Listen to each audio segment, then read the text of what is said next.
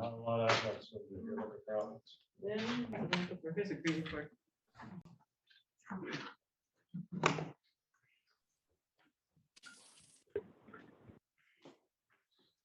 Okay, I'm not on mute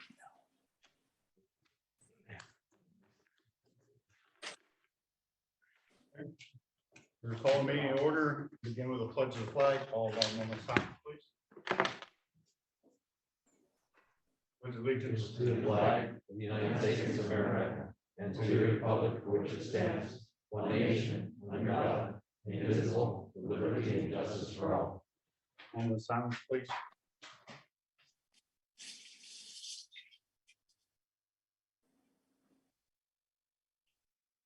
Thank you. Roll call.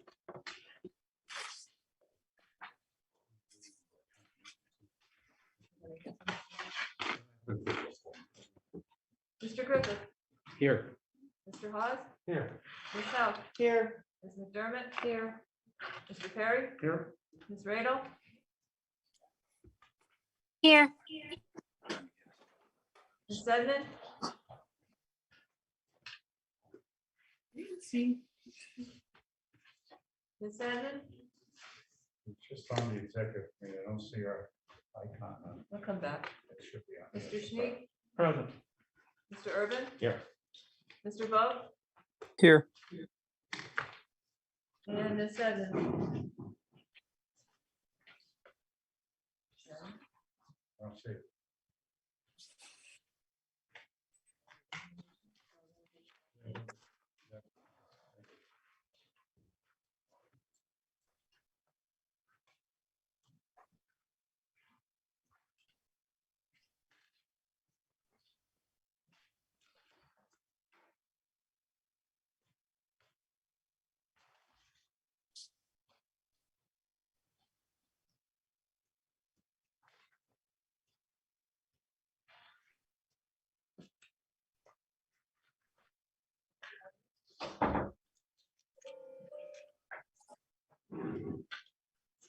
Before we go to the proclamations, Mr. DeLuca, do you want to comment on the executive session, please? Yes, council met in executive session from 5:15 PM until approximately 6 PM to discuss the matter of Missouri versus Luzerne County. Is she on it? I don't see her icon. Sure, but I don't see it. We do have several proclamations this evening, as I think most people are aware. Mr. Chairman, if I could, on those proclamations, I would like to see 3 of them removed. Not to diminish the work of members of council, myself included, but I think the 2 that we really should be focusing on are the 2 for the members who spent the beginning of home rule, setting home rule up and doing the, for lack of a better term, grunt work of getting this government up and running. That I think is more significant than people who serve on council and then don't get additional terms because either they weren't elected again or they move on to another office, myself included. I think it's more appropriate to save recognitions and ceremonial proclamations for something that's exemplary service. Even though serving on this council is a very exemplary task, we do it for the good of the people. When we do things over and above, I think that should be recognized. And I certainly think that Mr. Haas and Ms. Hauk deserve that recognition. The other 3 proclamations, I would ask that they not be entered into because I think we'd be standing on a slippery slope from every election now on to give everybody a proclamation if they're not successful in an election, which, clearly, I don't think is a really bad thing to recognize somebody's service to the county, but proclamations are for exemplary service. So I would like to have council's opinion on what they think about adding the 3 other proclamations besides Harry and Linda.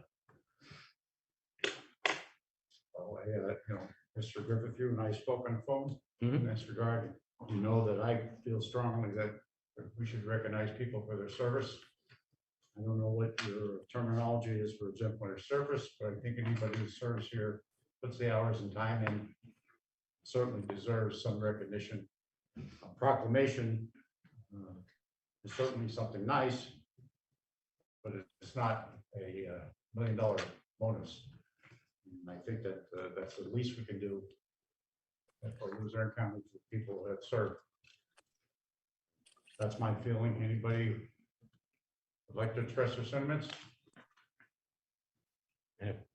I mean, I understand your point of view. I just think that And we've done it for other members of council at different times. we haven't done it for previous members. Yes, we have. Mr. Varinsky and Mr. Bovek, I think.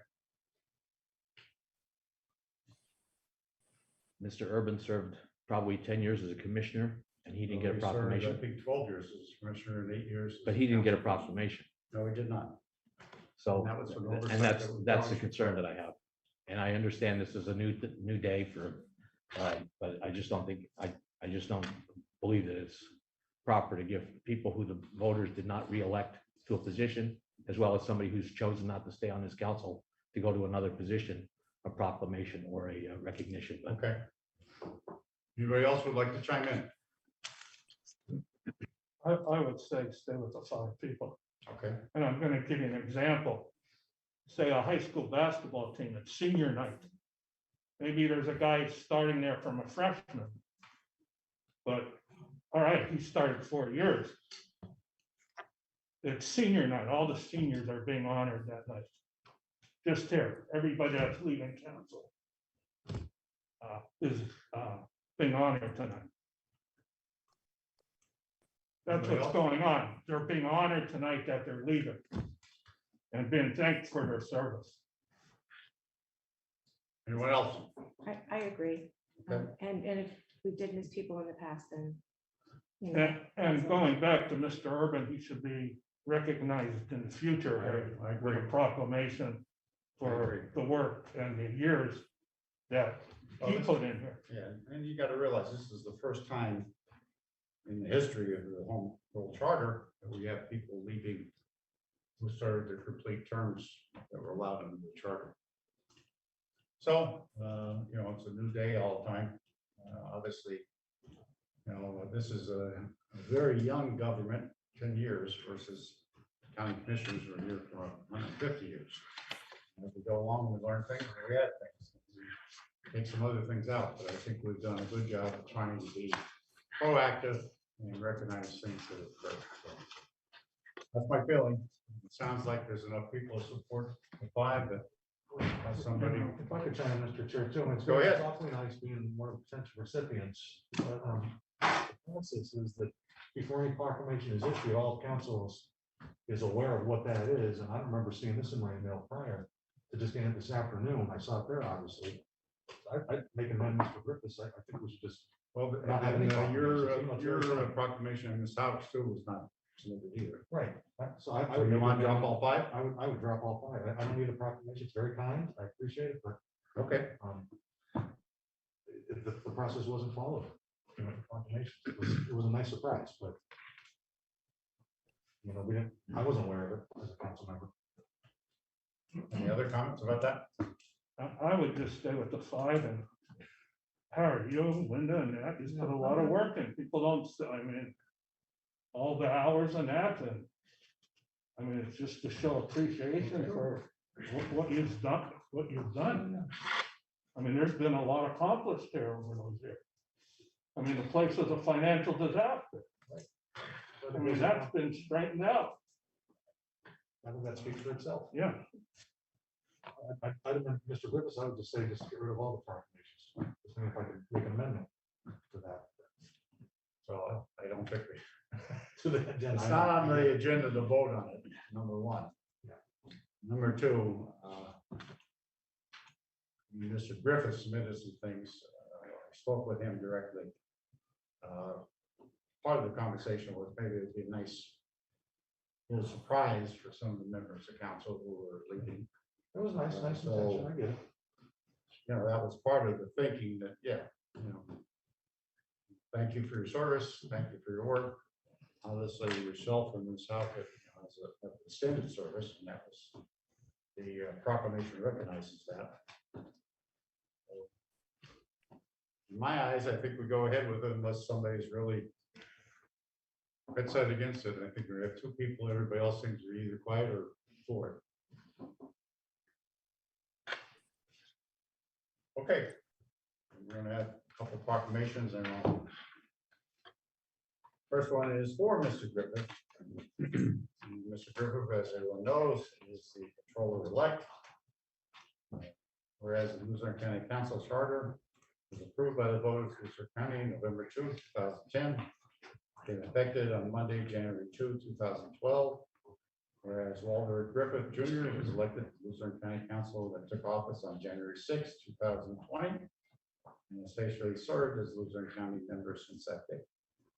Whereas Mr. Griffith has dedicated his time in the past 2 years of service on Luzerne County Council to improving the services offered to the citizens of Luzerne County, serving on the Luzerne County Conservation District Board, Budget Finance and Audit Committee, Legislative Committee, and Code Review Committee, and has been involved in promoting countless initiatives and policies to improve the quality of life for county residents.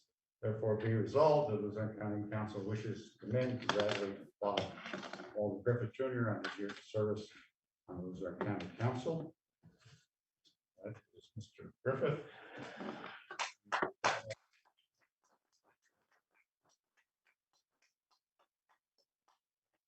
Ms. Saban is next. Ms. Saban.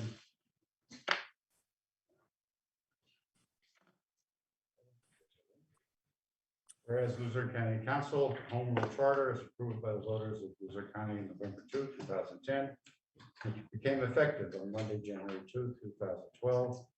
Whereas Sheila Saban Esquire was elected to Luzerne County Council and took office on January 2, 2018. She has been very active and dedicated member of council.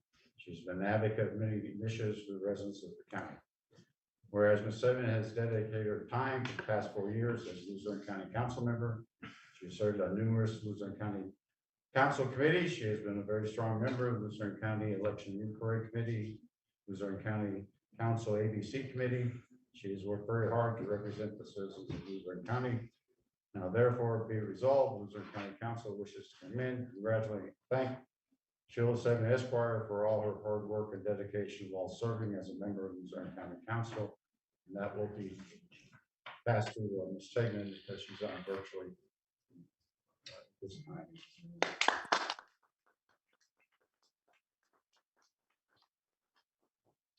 And now Mr. Lowe. Whereas the Luzerne County Home Rule Charter was approved by the voters of Luzerne County in November 2, 2010, and became effective on Monday, January 2, 2012. Whereas Matthew Rowe was elected to Luzerne County Council and took office on January 2, 2018. He has been very active and a dedicated member of the council. He's been an advocate for many initiatives for the residents of the council. Whereas Mr. Rowe has dedicated his time for the past 4 years as a Luzerne County Council member.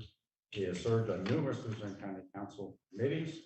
He's been a very strong chair of the Luzerne County Cares Commission. This commission strongly advocates to help some of the less fortunate in our county. Now, therefore, be it resolved, the Luzerne County Council wishes to commend, congratulate, and thank Matthew Rowe for all his hard work and dedication while serving as a member of the Luzerne County Council. Thank you, Matt.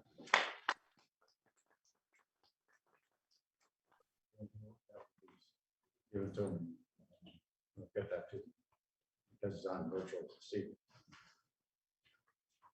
And now we're to the two members of council who are completing the third term, which is part of the charter. At the completion of the third term, you're not allowed to go to another voting and another term at that point. So certainly these people are special people because they have served the entire time that Luzerne County Council Home Rule Charter has been in effect. Whereas Luzerne County Home Rule Charter was approved by the voters of Luzerne County on November 2nd, 2010, and became effective on Monday, January 2nd, 2012. Whereas Harry House was elected to the first county council, took office on January 2, 2012, and has faithfully served as a Luzerne County council member since that date. Whereas Mr. Haas has dedicated his time in the past 10 years of service on the Luzerne County Council to improving the services offered to the residents of Luzerne County. He was instrumental in the forming of the Luzerne County Blighted Property Committee. He also served on the Luzerne County Conservation District Board, Riverfront Parks Committee, the Luzerne County Legislative Committee, the 911 and Inquiry Committee, and the Election Inquiry Committee. and has been involved in promoting countless initiatives and policies to improve the quality of life for the county residents. Now therefore be resolved, the county council wishes to commend, congratulate, and applaud Harry Haas on his 10 years of service in Luzerne County Council and his work in helping to establish home rule in Luzerne County since its inception. Thank you.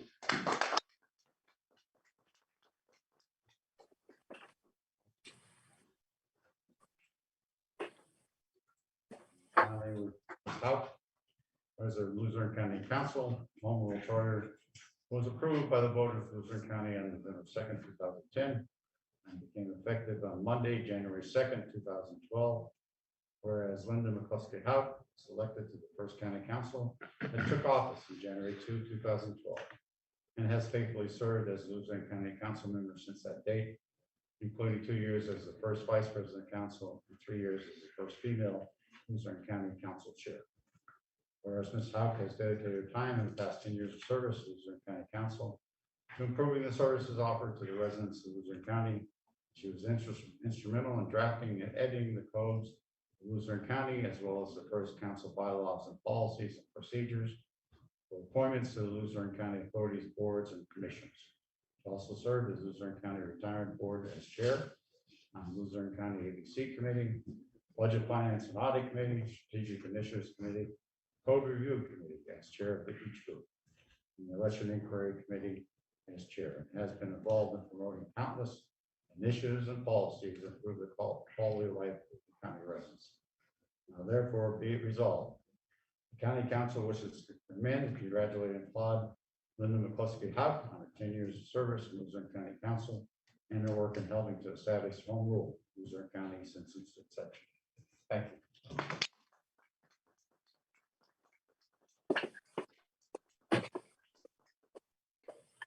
Any deletions from the voting session agenda? Motion to adopt the agenda. So moved. Ms. McDermott, do we have a second? Second. Mr. Perry, all in favor, indicate by saying aye. Aye. Any opposition and abstentions? None heard. Motion carries. Okay, we have several people who would like to speak on agenda items.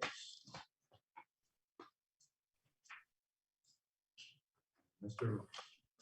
Brandon, please.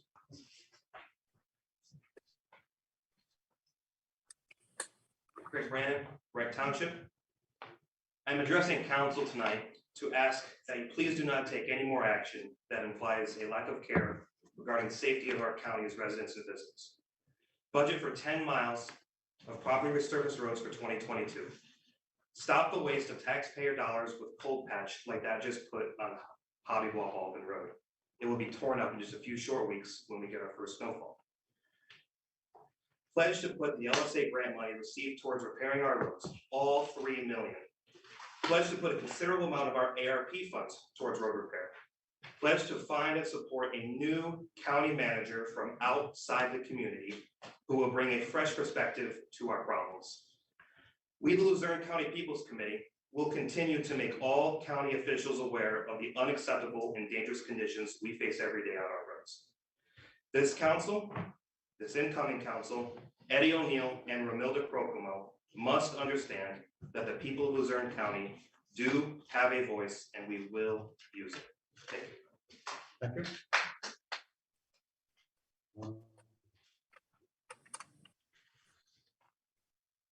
Knapp? Good evening, council. And thank you, Chairman McGinley, for giving me a chance to take the floor along with council and citizens of Luzerne County. I must ask, why would council spend $1 million from a reserve account when we have an infrastructure bill that has been passed and will be allocated throughout the country to address the upgrade of roads and bridges? We must put our faith in the BBB infrastructure bill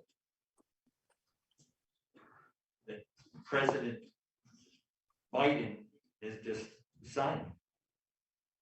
He explained to the American people that within 3 months, there'll be a plethora of activity in infrastructure upgrades. If the $1 million is withdrawn from the reserve account, the $1 million cannot be replenished from the infrastructure bill because it is not an allowed expenditure. On the other hand, if you put it into a capital plan, which I believe is Councilwoman Hall suggested, that is a different situation. We could leave it there and use it for whatever necessary reason. Keeping the $1 million in the reserve account helps Luzerne County maintain a good credit rating. Withdrawing the money could jeopardize a good practice. Around my household and that household, an excellent credit rating is extremely important in the event of an emergency, or in case a loan is needed for the best interest rate possible. We share with you that credit rating that the now household has. That's 833. So financial responsibility is something I'm very keen to. I must ask, why now is this being brought up? Now, I understand that our roads in Luzerne County, if you lived in Luzerne County for 5 years, you own a car, you probably put out an expense because of potholes and inappropriate maintenance to our roads, including patching the potholes.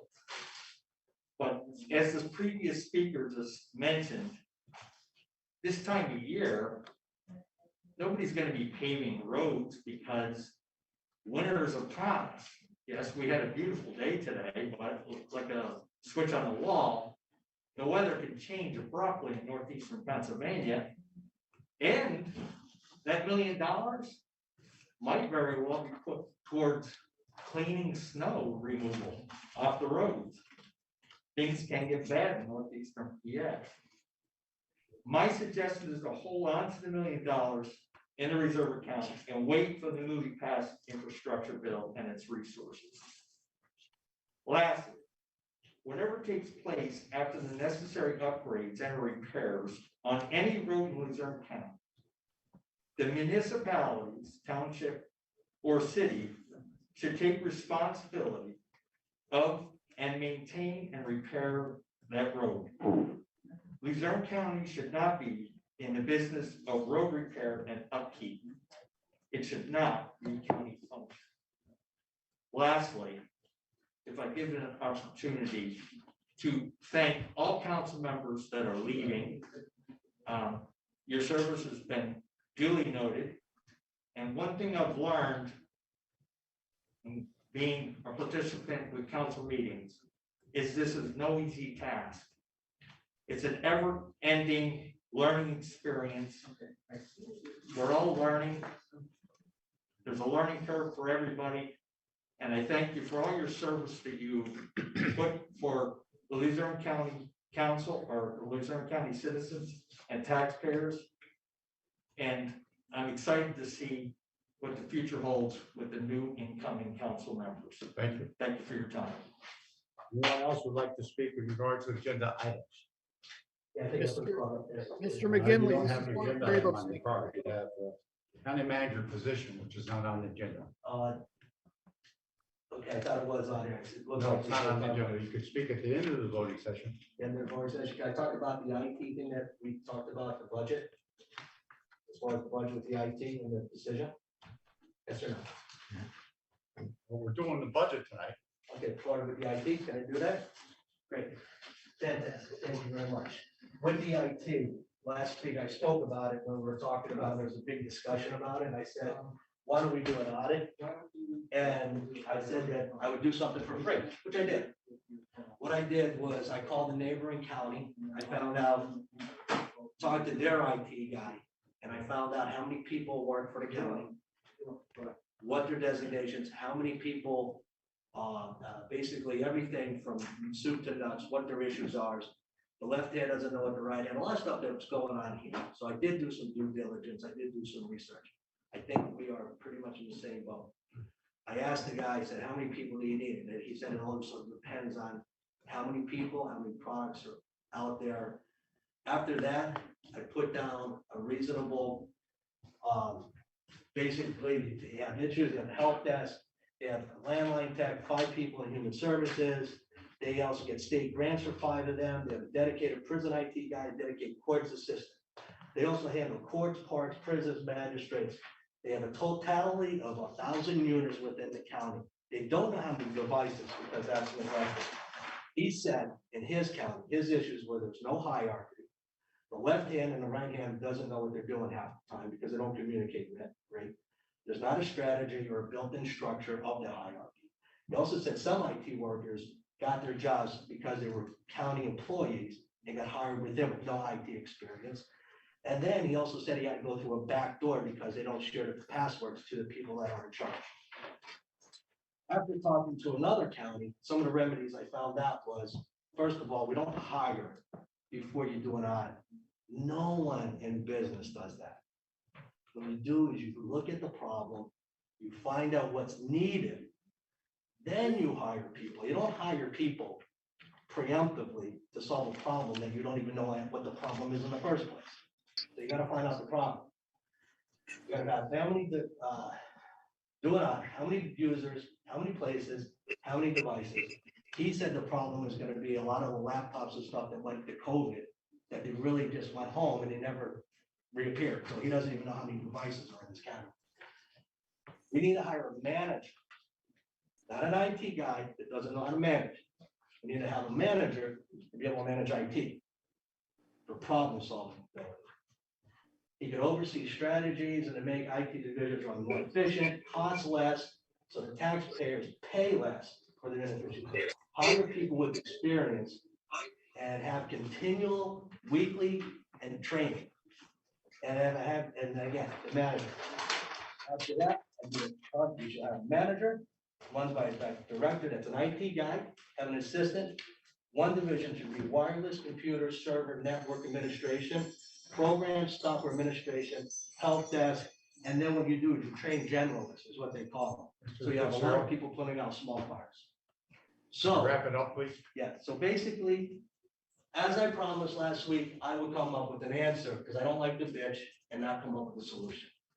I also went to the 3 different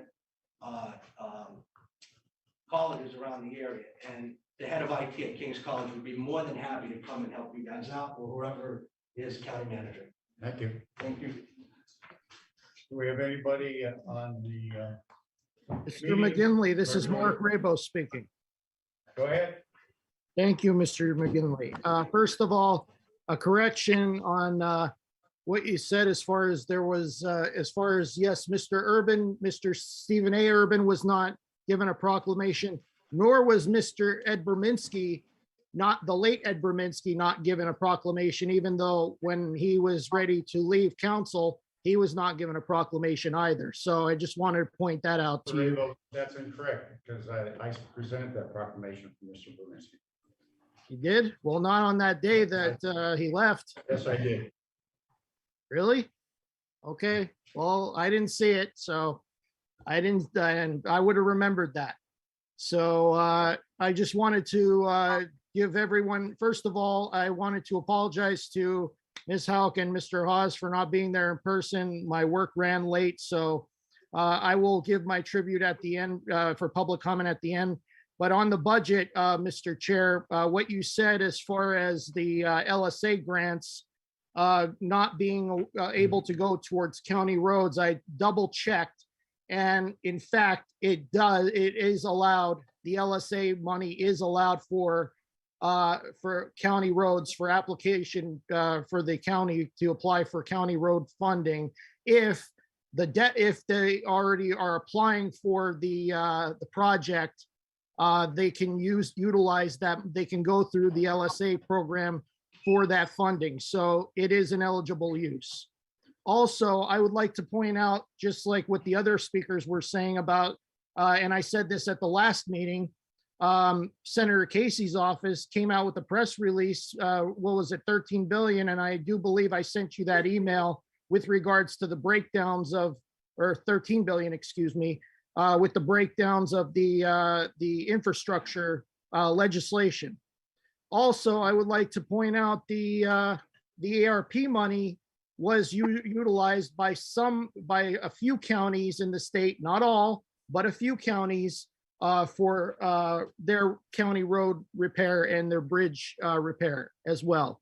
So you have these pools of money, and you, Mr. McGinley, have said over the years yourself that to use reserve money for something that is not an emergency is not appropriate, especially when the financial advisors, the PFM, said clearly that the county needs to build up a reserve of what was it, at least $5 million, if I recall correctly. So $1 million, if you withdraw that, then we're back, the county's back to square one. And I don't think it would be fair to the county taxpayers with all the tax increases that they've incurred over the years, that it would behoove them to go backwards instead of moving forward. And I think the hard work of people like, I'm finishing my last few words, calm down. So, you know, Mr. Rainbow. yeah, I'm finishing. All right. So in conclusion, excuse me? You're over the top. What do you mean over the top? What, I'm finishing my sentence. You cut me off. That's not appropriate. I said calm down. That's all, because I'm finishing my statement and you're cutting me off because I have I'm four not cutting words you to off. I say. told you that you were finished as far as the time frame. That's what I did, Mr. Abel. And you know that for a long time because you're a regular visitor with us. I understand, but if I have 4 or 5 words to say after the time expires, it's not like, you know. have another opportunity, certainly. and, I understand. So thank you very much. And I will end it there. So I hope you Thank don't you. do the same thing at the end. Thank you. Other members of the public?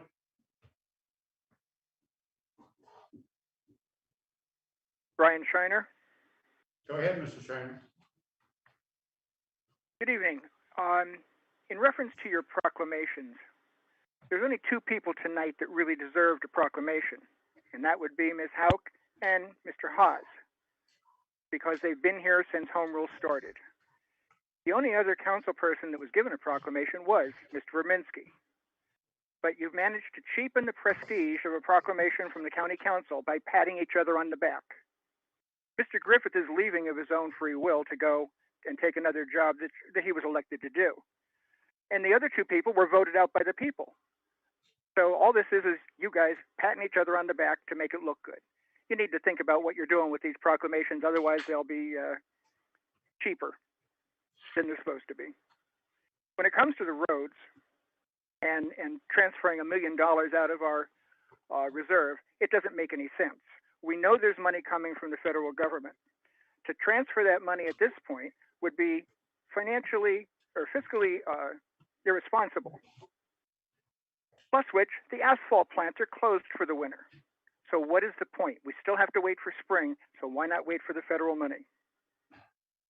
With the buyout and lease agreement, I do not ever remember hearing any discussion about letting the people rent the property back. During these mitigation buyouts, the houses were taken and demolished. The people moved out. There was no renting them for any extended period of time, and it certainly wasn't brought up during the settlement issue. So maybe you should look at maybe sanctioning the attorney involved in this, as you did another attorney.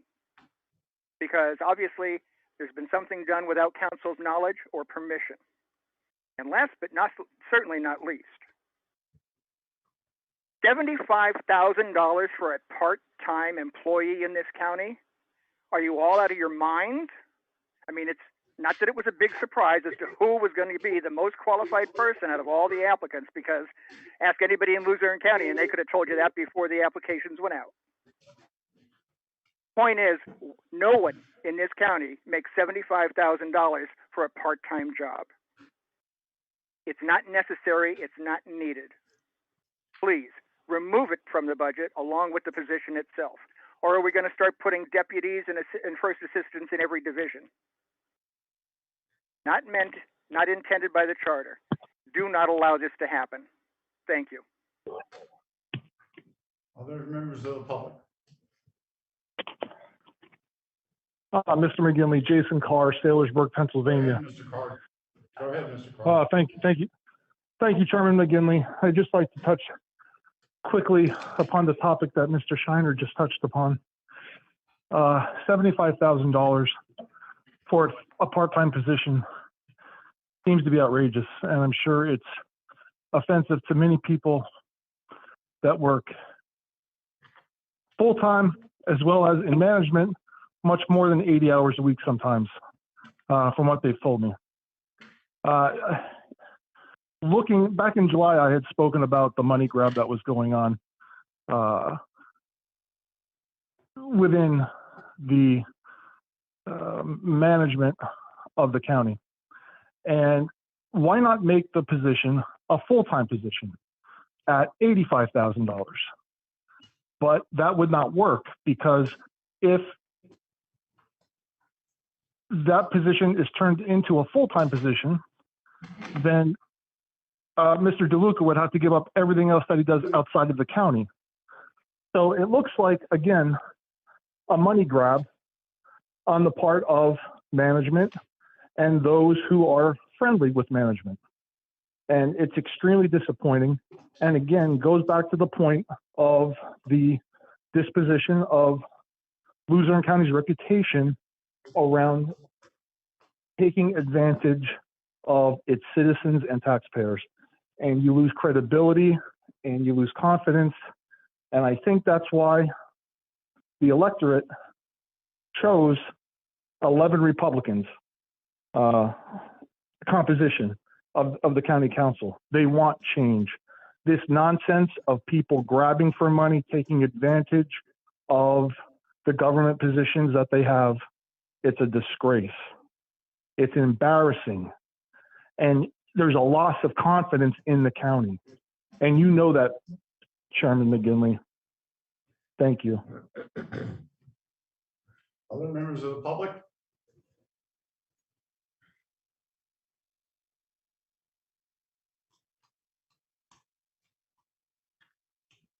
Okay, motion to approve the minutes from the November 30th meeting.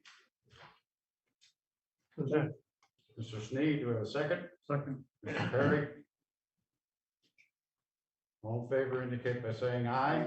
Aye. Any in opposition? No. Mr. Urban, Mr. Griffith? Yes. Correct? Yes. Any abstentions? Motion to approve the minutes of the December 7th meeting. So, Mr. Perry? Do we have a second? Second. Ms. McDermott?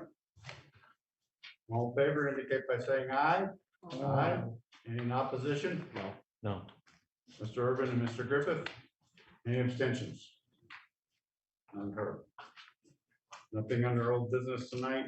We have the agenda item for the TRAN.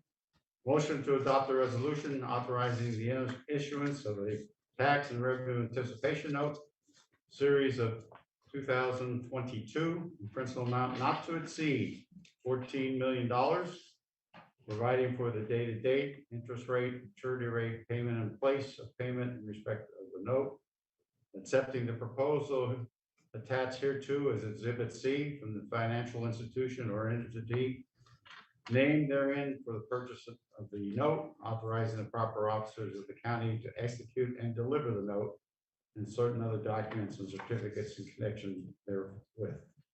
Authorizing and directing the preparation, certification, and filing of the necessary documents with the Department of Community and Economic Development, Commonwealth of Pennsylvania, setting forth a form of the note. Do we have a motion? So moved. Ms. Howard? Second, Mr. Sneed, on the question. Mr. McGinley? Mr. Griffith? No, Steve Urban. Oh, I'm sorry. Is Exhibit B part of this as well? I'm only asking because paragraph 2 says resolution adopted by county on December 8th. Today's the 14th. That would be a typo that have to be corrected, because if you're correct, it is the 14th. Right, that's the registered owner and principal sum. Appears to be something that needs to be signed by you and the clerk. It has to be signed by appropriate officials as indicated in the motion. Right, it's, on this one, it's the chair and the clerk, that's the attestation on here and the seal. So I'm just making sure that we correct the date. Okay. Anything else, Mr. Irvin? No, Thank you. Anyone else?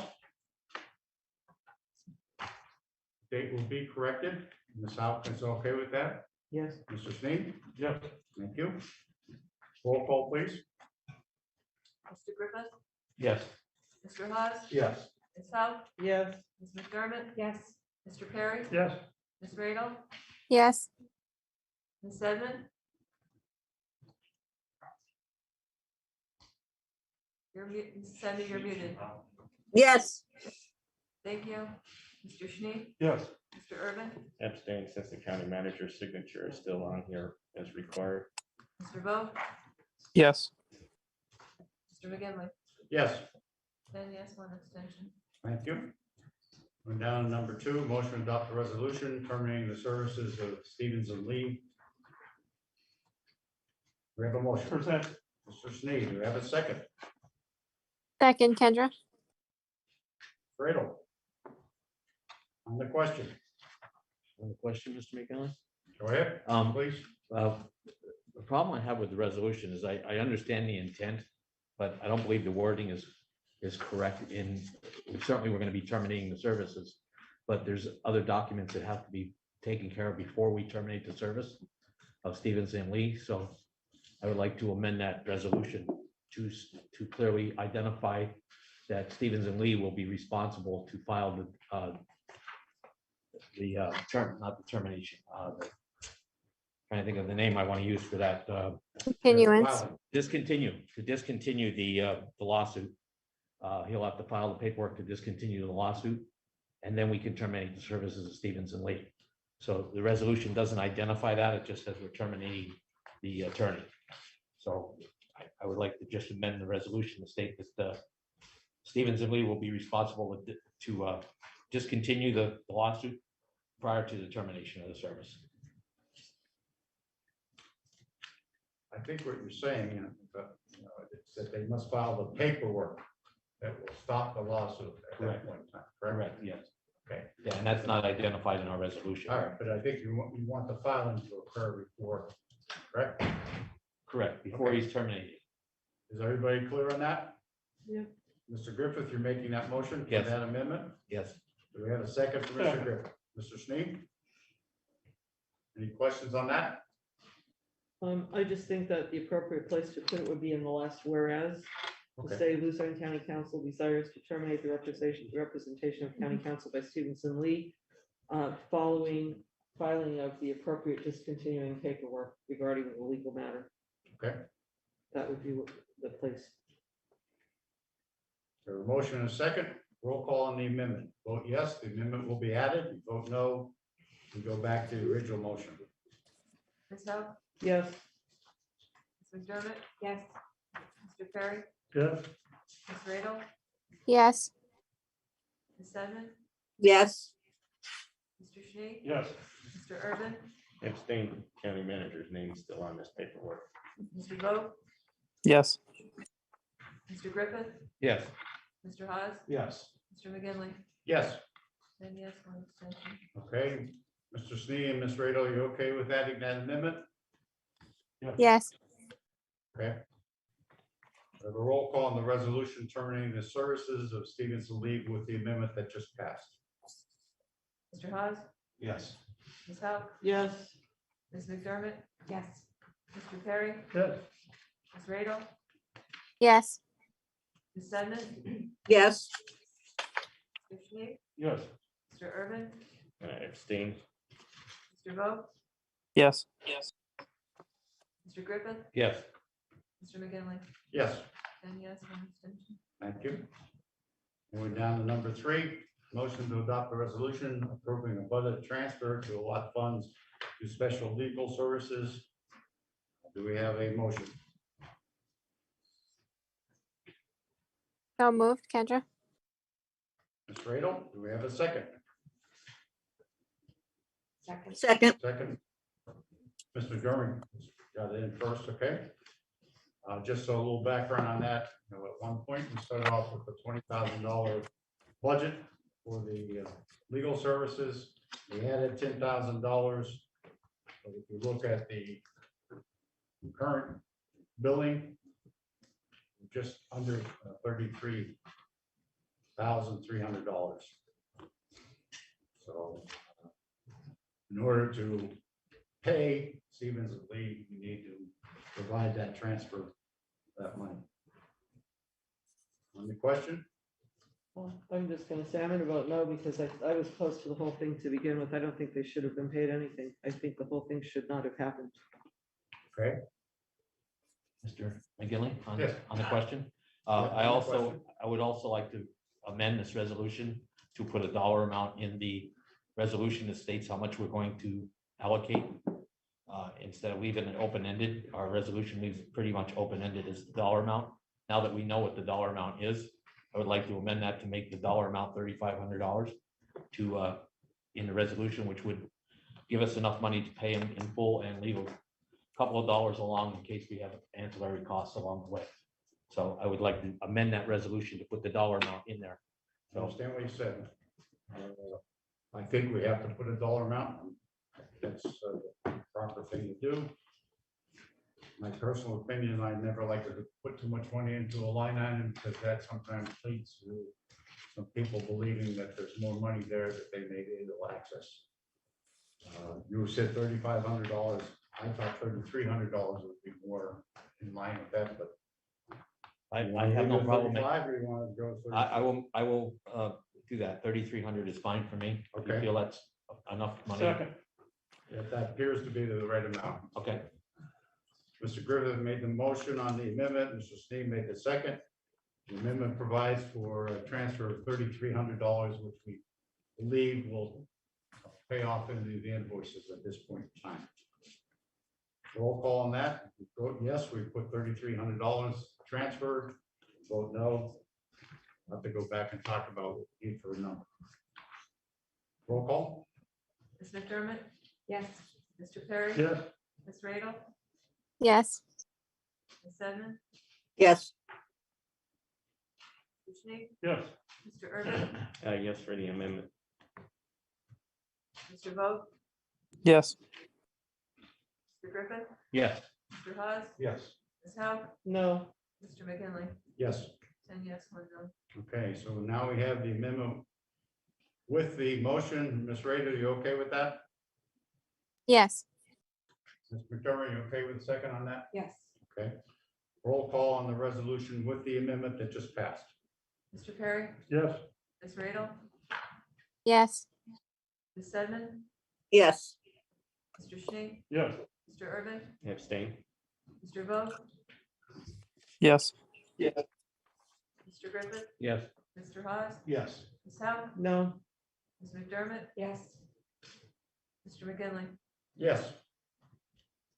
9 yes, 1 no, 1 abstention. Thank you. Number 4, motion to adopt a resolution increasing the salary of the clerk of the county council. We have Second. Ms. Snead. Do we have a second? Ms. McDermott? Second. We had that discussion a week ago as part of our budgets hearings. I think everybody's fully aware of that. The part of the budget was 2.6%, which seemed to be in line with what we were seeing in the other departments in the county. On the question? Roll call? Ms. Radel? Yes. Ms. Sedman? Yes. Mr. Snead? Yes. Mr. Urban? Yes, because Mr. Perry's name's the second signature line. It won't be, it will be the county manager. I can prepare the resolution. Well, I don't think her name needs to be on the line. What's your vote on the resolution? It's yes, because of the way it's written. Okay. We can't change it once it's voted on. Okay.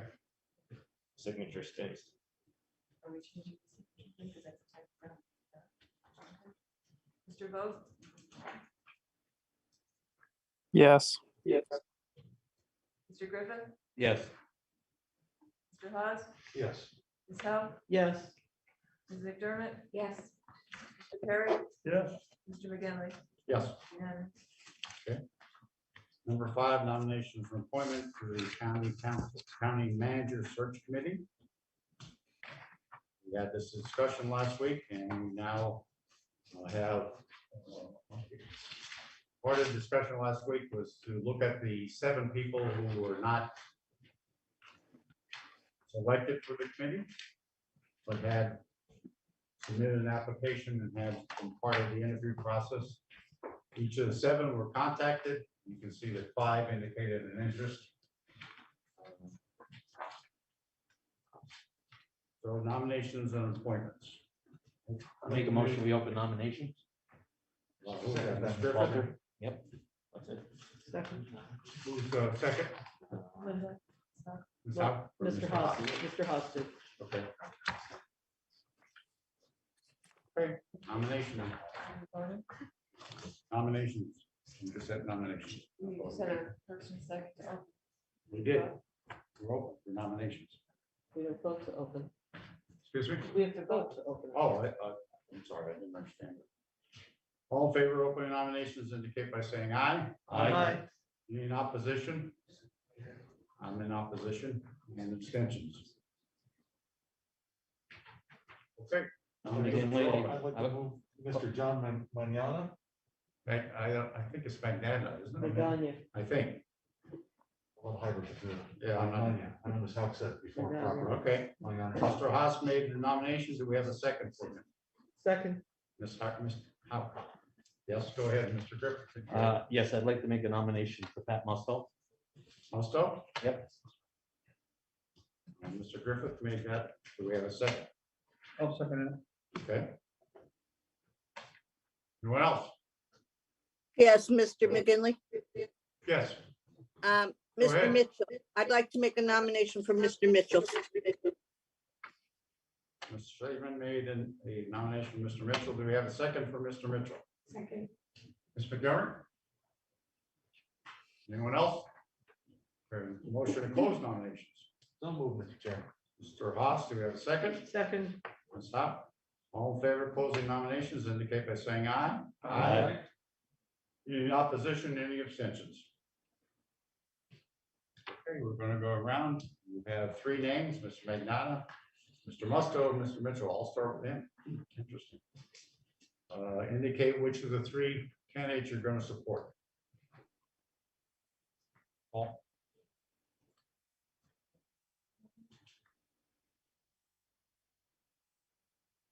Ms. Sedman?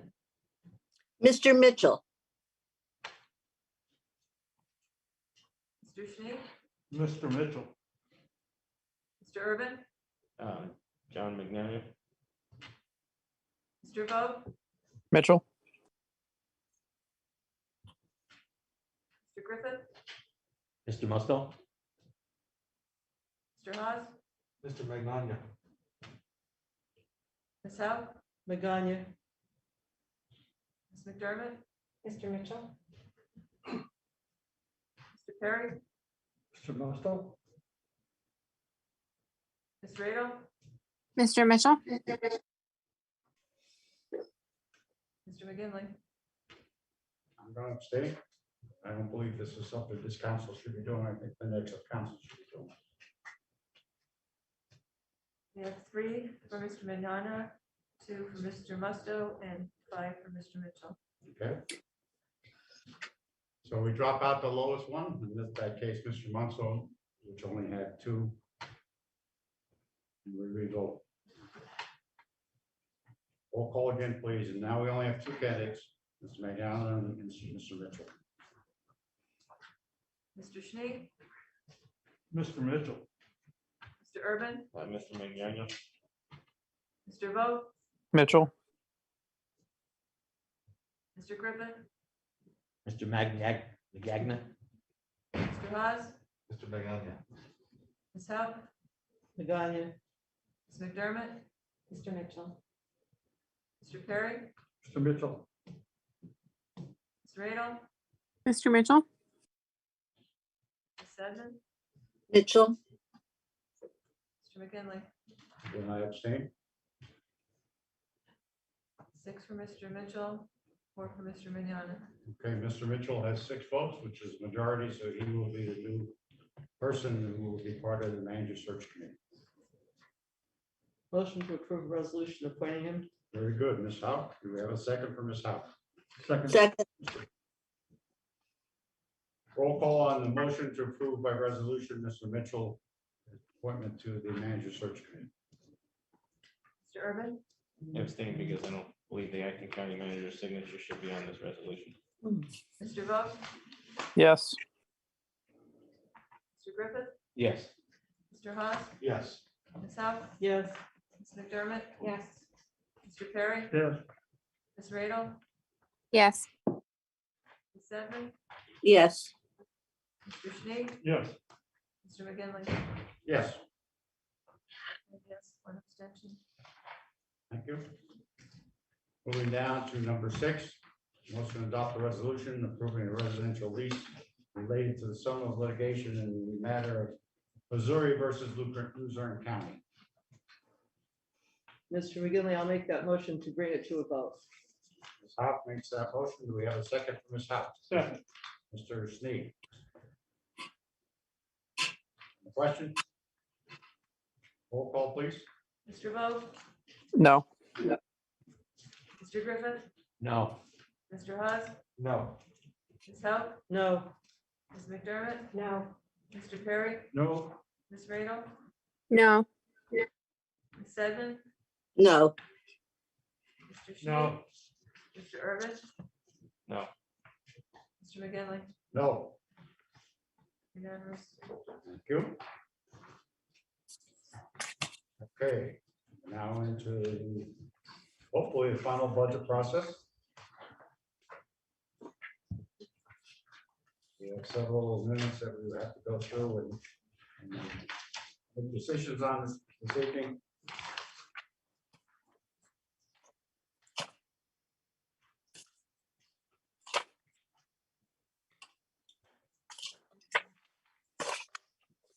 That's good. Thank you. The first one is on page 58. It's under the Department 4120 elections, wages non-represented, reduce the salary for election operator from 40,000 to 30,000. And then other contractual services, which will also be under elections. The draft was 1,800,000, 1,008,242. New figure is 700,000, which would be a differential of 308,242. Mr. Griffith, I think you submitted these. Yes. You want to speak to each one of them? please? Sure. Council, I am proposing that we reduce the salary for the elections operator from 40,000 to 30,000. We did receive a job description for that position, which we should have received when the proposal was made to council. But we did receive a job description this week from Budget and Finance regarding the job description of that particular person. Looking through the job description, I certainly see they put a lot of information in the job description. It says the duties of that person. A lot of those duties are Board of Elections duties, not elections operator duties. But that was put in there nonetheless.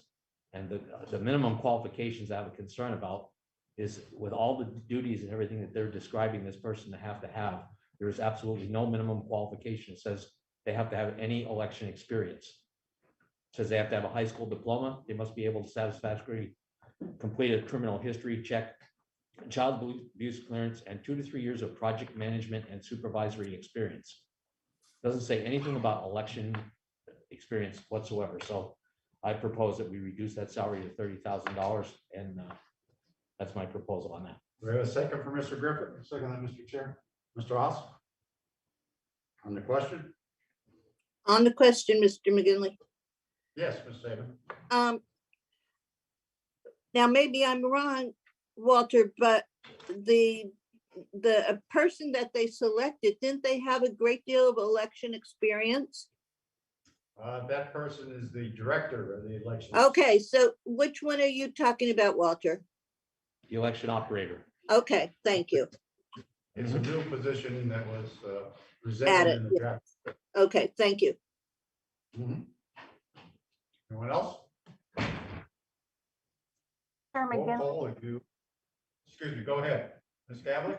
Yes, this is Angela Gavlik. Would I be able to speak to this? Yes, you may.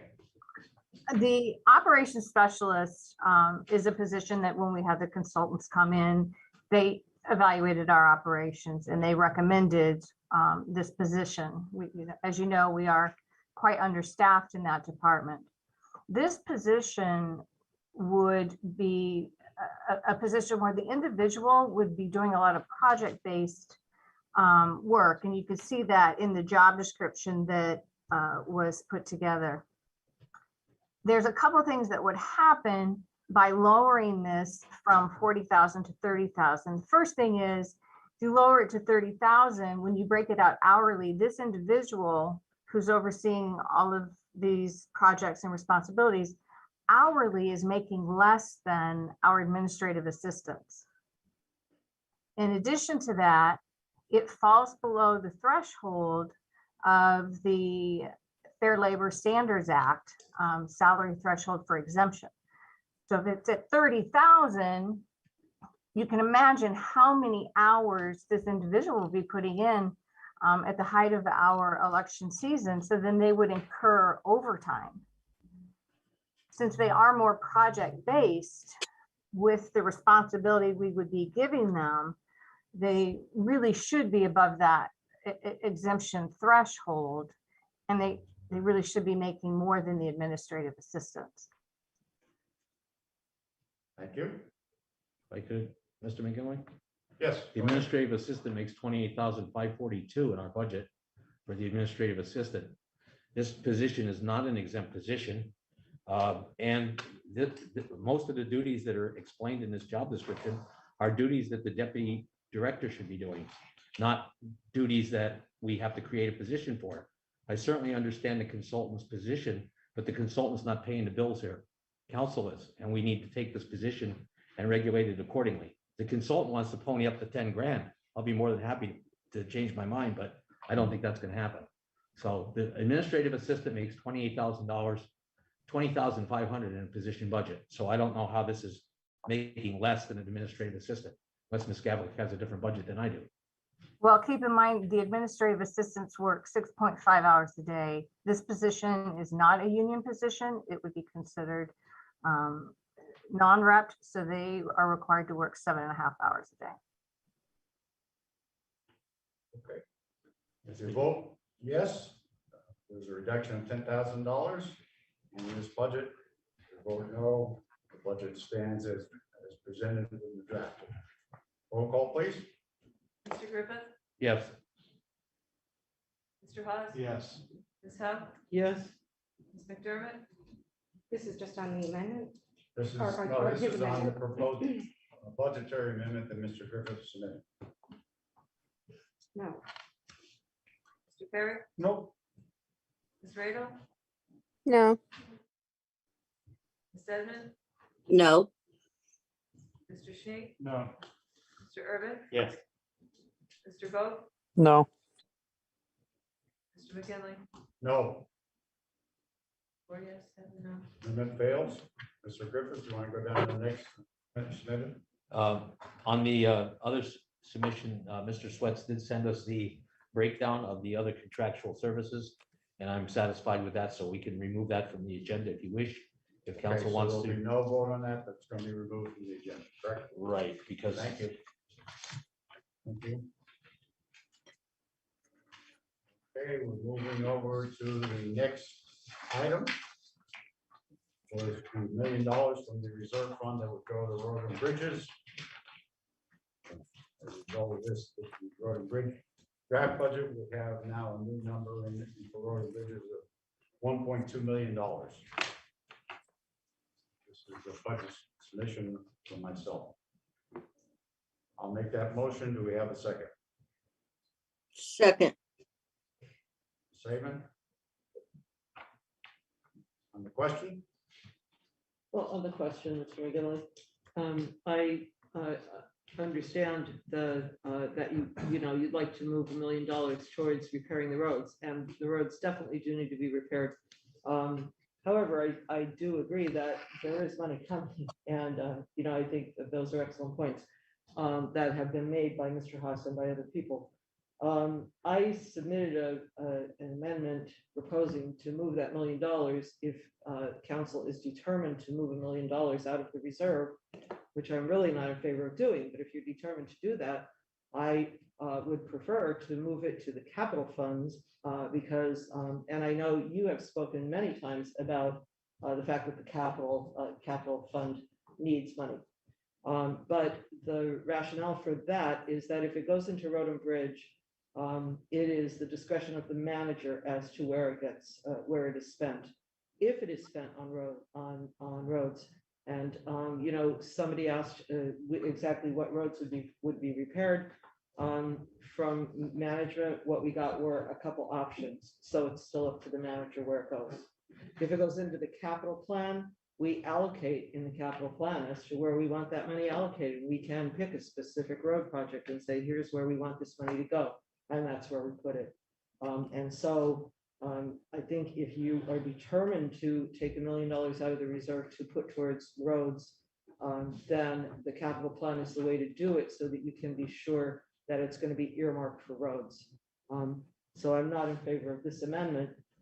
I would actually prefer to leave the $1 million there and wait for the money from the government. But if my preference would be, if you want to move $1 million, to move it to the capital plan.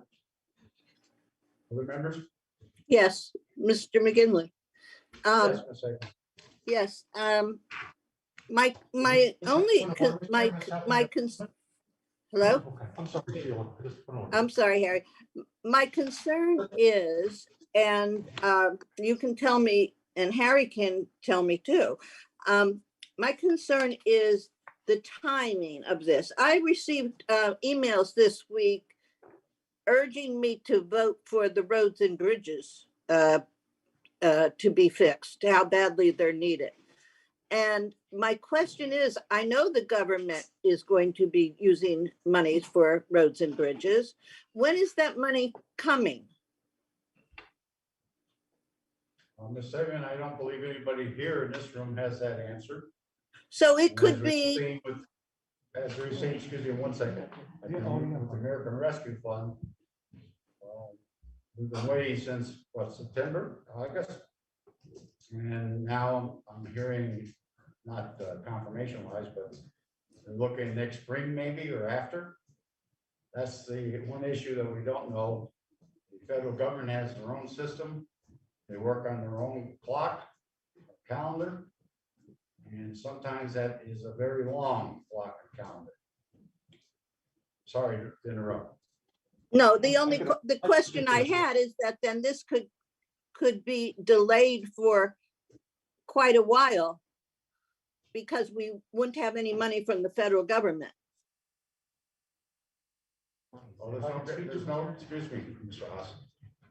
There's no guarantee when and if and how much money we will get. It's all part of the federal, I don't know what you want to call it, network. Unfortunately, Mr. Austin, comment? Yeah, I mean, I could speak at length to this, but I think to address Sheila's question, did you read my article that I sent to council, Sheila, about the 12 billion across? Again, we got to figure in $1.29 billion is 1,290 millions. Okay, yes, dollars. I saw that, right. Harry. Yeah. Right. So I just tell you the vast amount of money that is going to be coming our way. Okay, that the federal government is going to provide. They passed it. Now, I think it's a function of how much money can you print up when you got to print up fiat currency. So it's going to take a long time to print that money out of thin air. But we're paying for it. So when that finally does come, which will, I'm sure in the new year, just like the federal government sent us after the CARES Act, the RFP was passed in March. We received the funds in May, and then we could have taken action on it as early as July. But this council was very hesitant to do that, citing that what happens if we don't expend it right. In this particular issue, we just had $1 million of this council, which I think was a good vote, 6-5 vote. We took $1 million from the RFP and we're gonna program it, we're gonna leverage that money, and we're gonna keep it in reserve. And I think you yourself, Sheila, you talked about, you were very skeptical, very nervous about expending funds if it was Yes. inappropriate. So again, putting this in the reserve keeps it there, just in case, to assuage your fears, just in case if somehow that doesn't come through. What this does is it's programming this money for something else. And that I don't think what the spirit of that was intended for, what council voted on. So again, it's gonna be in the reserve just in case. So this sends it right back out the door. Mr. Brennan spoke, I don't think he's here anymore. He wants to make sure that the roads are repaired appropriately, not just soft patch on there. $1 million it's gonna be soft patch. It's not gonna be something long-term. This is a drop in the proverbial bucket. This is not gonna go anywhere. You might get a mile of road out of this. So what we're doing, we're taking $1 million that is now gonna be in Luzerne County taxpayers' pocket. We're gonna turn it back out. And like I've been saying all along here, the windfall is coming. It's going to come. It's federal law, so the money will be coming. It's painful for me to sit here and have these arguments that in one case, well, the argument goes this way, but then when it suits the person to give the argument, they reverse it. It's exactly the opposite. So now we're gonna send money out. Before, it was so incumbent that we have a reserve fund, and now I guess that doesn't matter. That was the other argument by other members. So please, can we just be consistent here and really use the money that's coming to the appropriate use? Let's, for once, save the county taxpayers $1 million.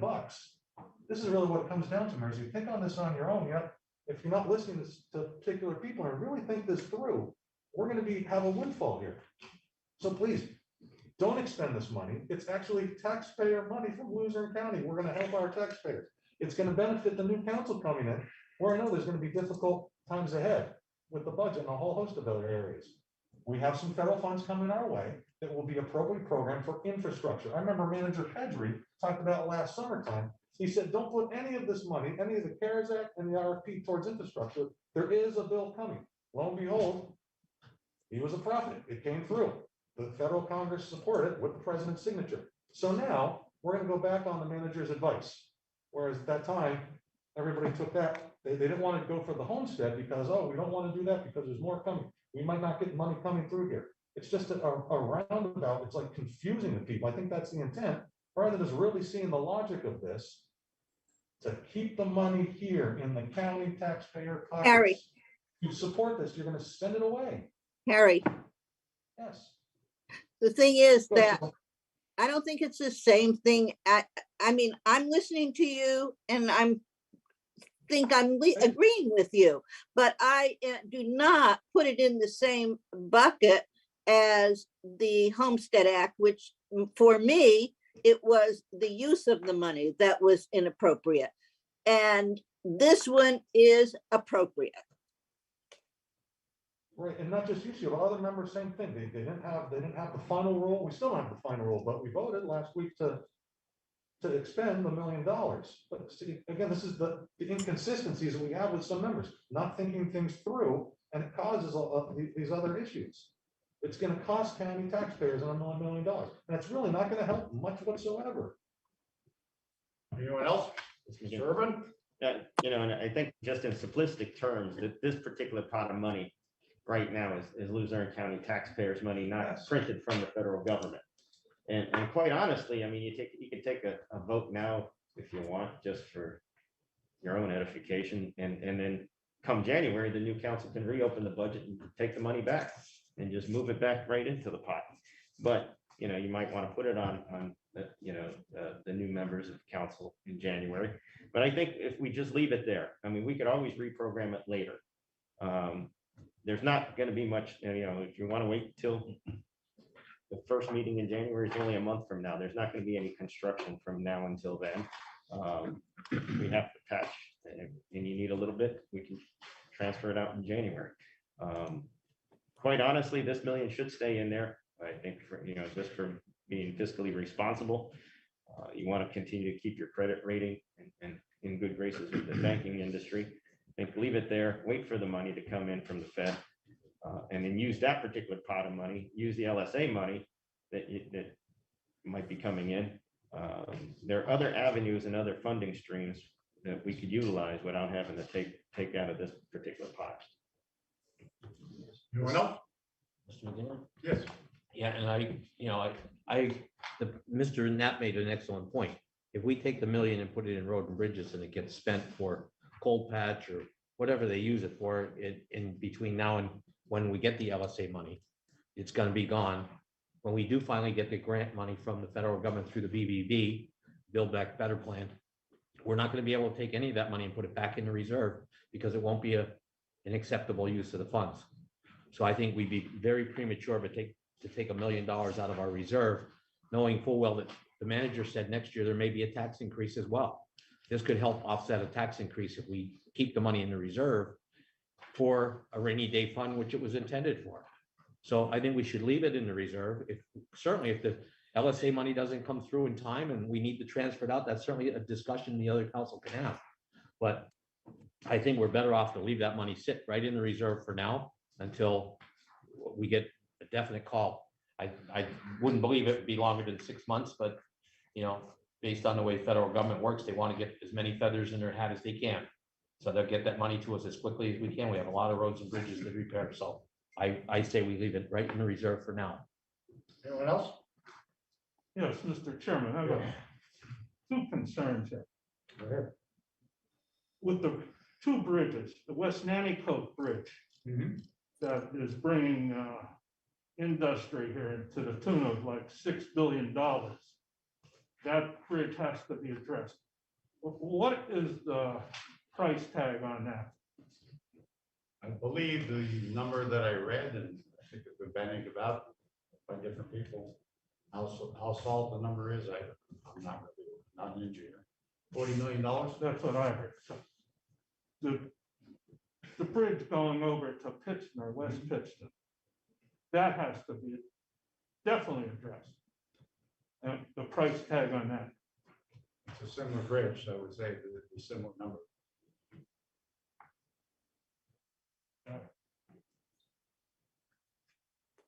Anyone else? If I could, Mr. Chair, no one else has. No, what other people have. Yes, well, with putting it in the capital fund, that would be left up to council. And you can see the list of roads, there's quite a few. And it's left up to council. I mean, if we, decide to do that, it's left up to council. Now we have to decide which roads to pick. So wouldn't that be that we could, I live in the back mountain, I'll pick one in the back mountain. When you live in Sugarloaf, you can pick one in Sugarloaf. So that may be a problem if we were to do that, to try to pick the roads. Are we the best people to choose for the roads? I really hope that the funding does come through from the infrastructure bill. And the problem with that is we don't know when that's going to be. It could be a couple of years. We're still waiting on the ARC money. Not sure. Anyone else? Ross? Thanks, sir. Looking at the November 30th minutes here, and 3 members voted no to take money from the RFP funds. Mr. Young was saying this vote. I just don't understand how any of you can possibly vote for this, even consider this, because if the council majority didn't vote for the $1 million in the first place, there would be no money to expend. Does that make sense? So I don't understand. I don't think that vote has anything to do with the current situation. I think it definitely does, because I disagree with Mr. Haas. Well, you're cutting me off, sir. I thought I had the floor. You do have the floor. Thank you. So when we have this, again, the whole notion is to take the council came out, there were fears that the money would not be expended correctly, so we'd have it in the reserve. And when we had the debate, that's what it was for, to be in the reserve. So 3 members voted against it, and now you're going to take that money and you're going to send it away. Like it's incredibly relevant, because it wouldn't be there if the council majority voted for it in the first place. And again, it's the whole secret of government, of local and county government, is leveraging our federal and state funds to help out our taxpayers here. When we do that, I thought council, 8 members did that a couple of weeks ago, and now we're going just to get rid of it. I feel like I'm beating a dead horse. I feel like people's minds are made up, but it defies logic. Call the question. Well, I didn't have a chance to comment. Be able to do that. Go ahead. Number one, going back to the road itself. The council, I don't think has any engineers on council that would know what the conditions of the road would be. I certainly would have to rely on the professional people to tell me which roads are the ones that should be addressed. Number two, yes, I voted against the money because I thought that was the improper use of the money, not because of where it was going. Not because of where it was going, even though, Mr. Haas is citing that, he doesn't know my thinking. Number three, sat here for 10 years. Mr. Haas, Mr. Hopkins sat here for that time. Many other members have sat here for lengths of time. How many people have come to that podium or sent you an email and talked about the roads? I never heard one member of council say, no, you're incorrect. We don't need to fix the roads. Never heard anybody. Never heard anybody say to them, oh, we're sorry. We all know that our roads are not very good. And they're in locations across the county that are difficult, for weather or whatever it might be. So certainly, that's something that we have a responsibility for. The county took those roads over. Unfortunately, we as a council did not have any dealings with that. That's the reality. We had that liability, that responsibility. This is a small step in the direction. We're fortunate enough to get some other funds, which I'm hopeful that in the next 2 years, we'll see some of that money. Yes, we have 123 miles of roads. Mr. Haas is correct. $1 million for 1 mile, that's $123 million. I think this is the proper action at this time, is to help the people who will use these roads and are subjected to the very deplorable conditions of the roads. And you've heard people talk about the accidents, the fact that the vehicles were damaged and they had expenses that they had to take on. This is the one step we can do at this point in time to try to start to help people. Soccer, you want to call a question? Call the question. Thank you. We vote yes, the amendment's in, you vote no, the amendment's out. Roll call? Mr. Haas, No.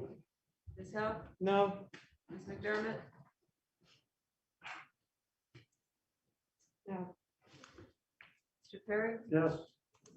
Ms. Radel, Yes. Ms. Seven, No. Mr. Schnee, Yes. Mr. Urban, No. Mr. Vogt, Yes. Mr. Griffith, No. Mr. McGinley, Yes. 5 yes, 6 no. Amendment fails. Moving on to the next amendment. Some of these are more of a housekeeping kind of amendments that came up during the course of our budget hearings. The first one came up for budget and finance, road to the buildings and grounds. This was a discussion regarding about some of the weddings and things that are held in Rotunda. We wanted to have the monies, the revenue generated in the buildings and grounds, and of course, the expenses would also come out of the buildings and grounds. So we have a motion in regards to the buildings and grounds amendments, and that's regards to some of the activities that are handled in Rotunda. I'll make the motion on those two about the weddings. Thank you. Ms. Howe, do we have a second? Second. Ms. McDermott. On the question? Roll call? Ms. Howe, Yes. Ms. McDermott, Yes. Mr. Perry, Yes. Ms. Radel, Yes. Seven, Yes. Mr. Schnee, Yes. Mr. Urban, Yes. Mr. Vogt, Yes. Mr. Griffith, Yes. Mr. Haas, Yes. Mr. McGinley, Yes. no. Yep. Next is judicial records. First item is overtime. We're asking for an increase. The draft budget has $6,000. They were asking for an increase to $9,000, which would be a differential of $3,000. We have a motion. Motion. Ms. Saban? Do we have a second? Yes. Who's the second?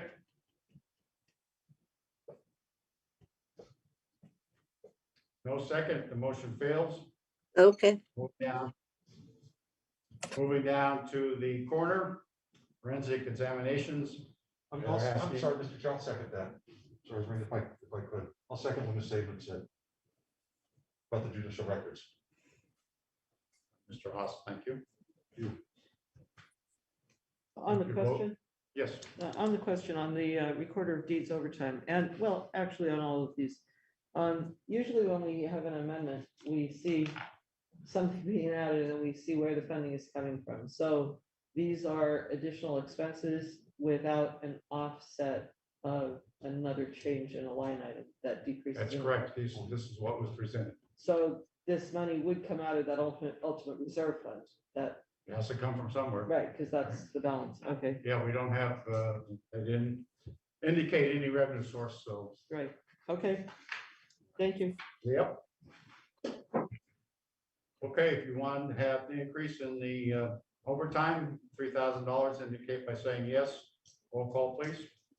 Ms. McDermott, Yes. Mr. Perry, Yes. Ms. Radel, Yes. Ms. Sedman, Yes, Mr. Schnee, Yes. Mr. Urban, No, Mr. Vogt, Yes. Mr. Griffin, No, Mr. Haas, Yes. Ms. Howe, Yes. Mr. McGinley. No. Yes, three no. Amendment passes. Coroner's forensic exams, you want to increase from 200,000 to 280, which would add $80,000. Yep. This is based on a 5% increase for the 2020 actual expense. Do we have a motion? So moved. Ms. Howe, do we have a second?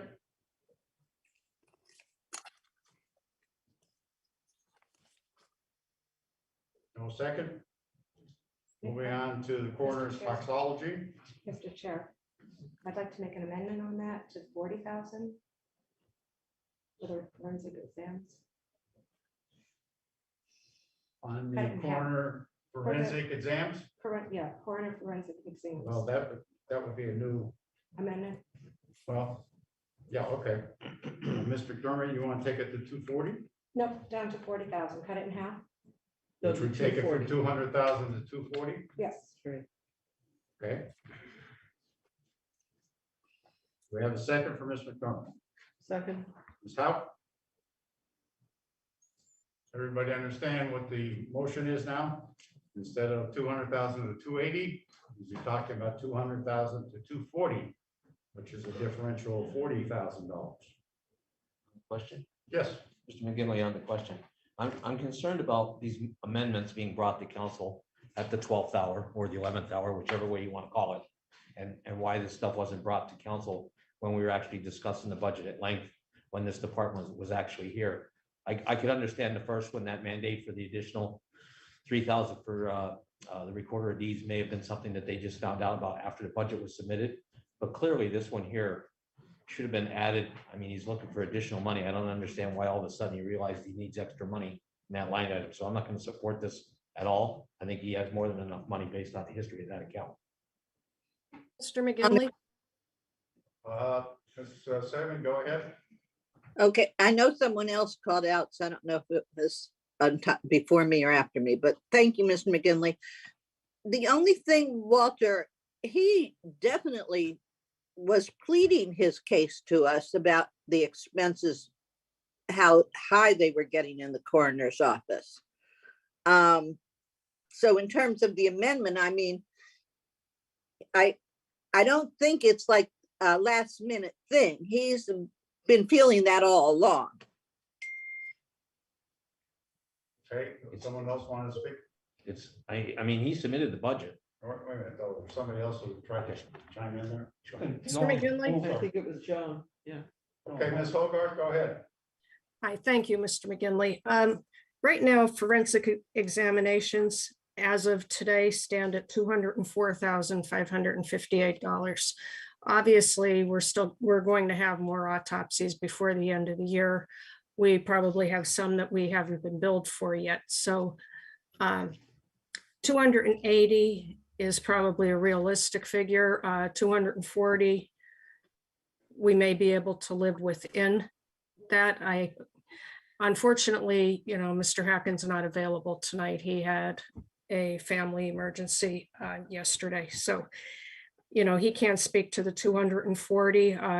we would definitely be happy with that.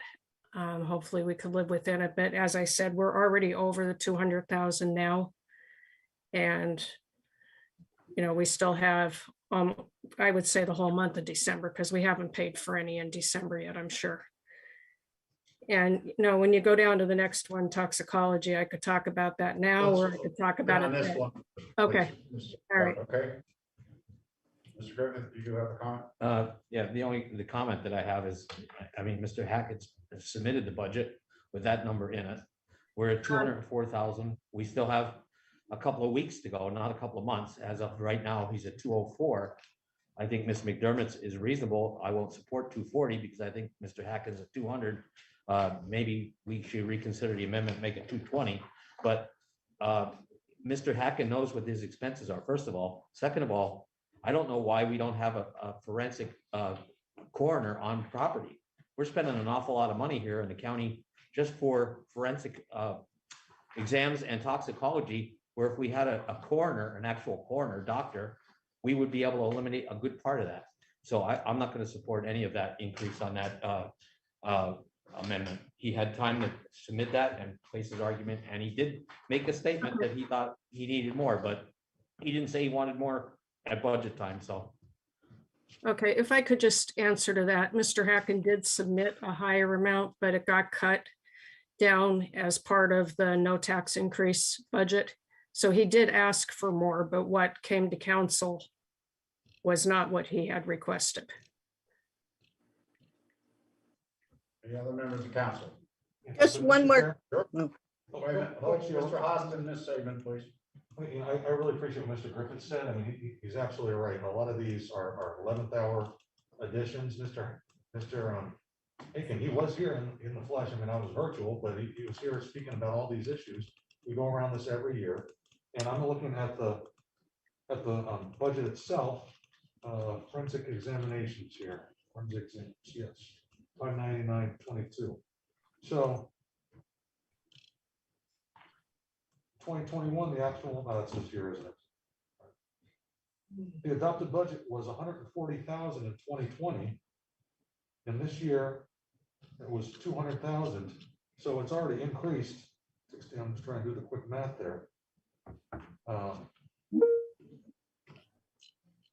Gosh, about 75% as far as I can see, just in 1 year. And I know the need, we totally understand we're in a crisis here with unclaimed,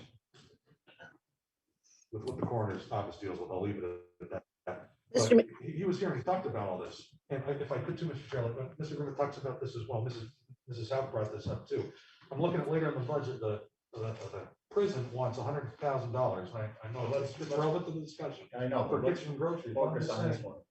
I think if we had a better idea of how much money we've saved so far, if we have a running total, that might be better budgeting practice to really see how much we can expend for some of these things, because the budget currently, before we make these improvements, is budget is balanced, just like Mrs. Happ said. So that might help discussion. We have an running total. That's my point about the whole. Well, you have $1.2 million in the reserve, so that was my question. Exactly. And Okay, so let's have Ms. Saban. She's next. Yeah. Harry, I think one of the things that he talked about was the amount of overdose deaths there were, like how much they have increased this year from the year before, and the COVID deaths. And the COVID deaths, I don't know, Joan, do they do autopsies on most of the COVID deaths? They do not. Most of the COVID deaths, they're cremated immediately. Okay. Just for contamination, but the overdoses, we're up to 161 confirmed as of today, another 44 pending. When you look at 2020, our overdoses were 179. We're already, going to be well over 200. Yeah, and that's what I thought. I remember the discussion that he had. And Walter, I think it's a good idea if you get a doctor and you cut down on the cost, but you're going to have to pay a doctor a lot more than 50, 60,000. Anyone else? Mr. Chair, just in reference to what Mr. Haas was saying, but in 2020, if you look at their actual spending was 266,284. Yes. Last year it did go down 165,000, I assume because of COVID, but it was a lot higher in 2020. And maybe Ms. Hilbrook can answer to, is that the exact reason why it went down to 165 just because of COVID last year, or do we know? That I really couldn't tell you, Ms. McDermott, why it went down last year. I'm sure, Mr. Hacken could, but he is not available tonight. I don't want to say it's a guessing game, but autopsies are only done when they're necessary. If there's a lot of drug overdoses, if the DA feels they have a case, or, municipalities feel they have a case against a drug dealer, we are going to have to autopsy that body. Again, that's not something we can predict. It's not something we can refuse to do. The numbers are what they are. I wouldn't think that COVID reduced the amount of autopsies last year. I think it was just the deaths that happened did not require as many autopsies.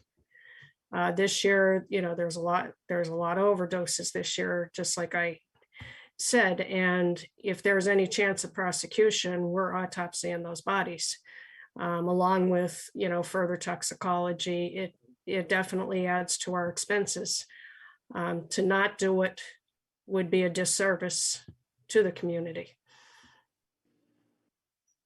Mr. McGill, I'd like to make an amendment to Ms. McDermott at 225. Where are we at now? 204? 240. 240. Right now, bill-wise, 204,000. I'm making an amendment to 2.25. Well, we have to vote on Mr. Dermer's amendment first, because that was first on the board. Just one last comment, Mr. Chair, if I may, on Mr. McDermott. 1 second, please. I need a second for Mr. Snead.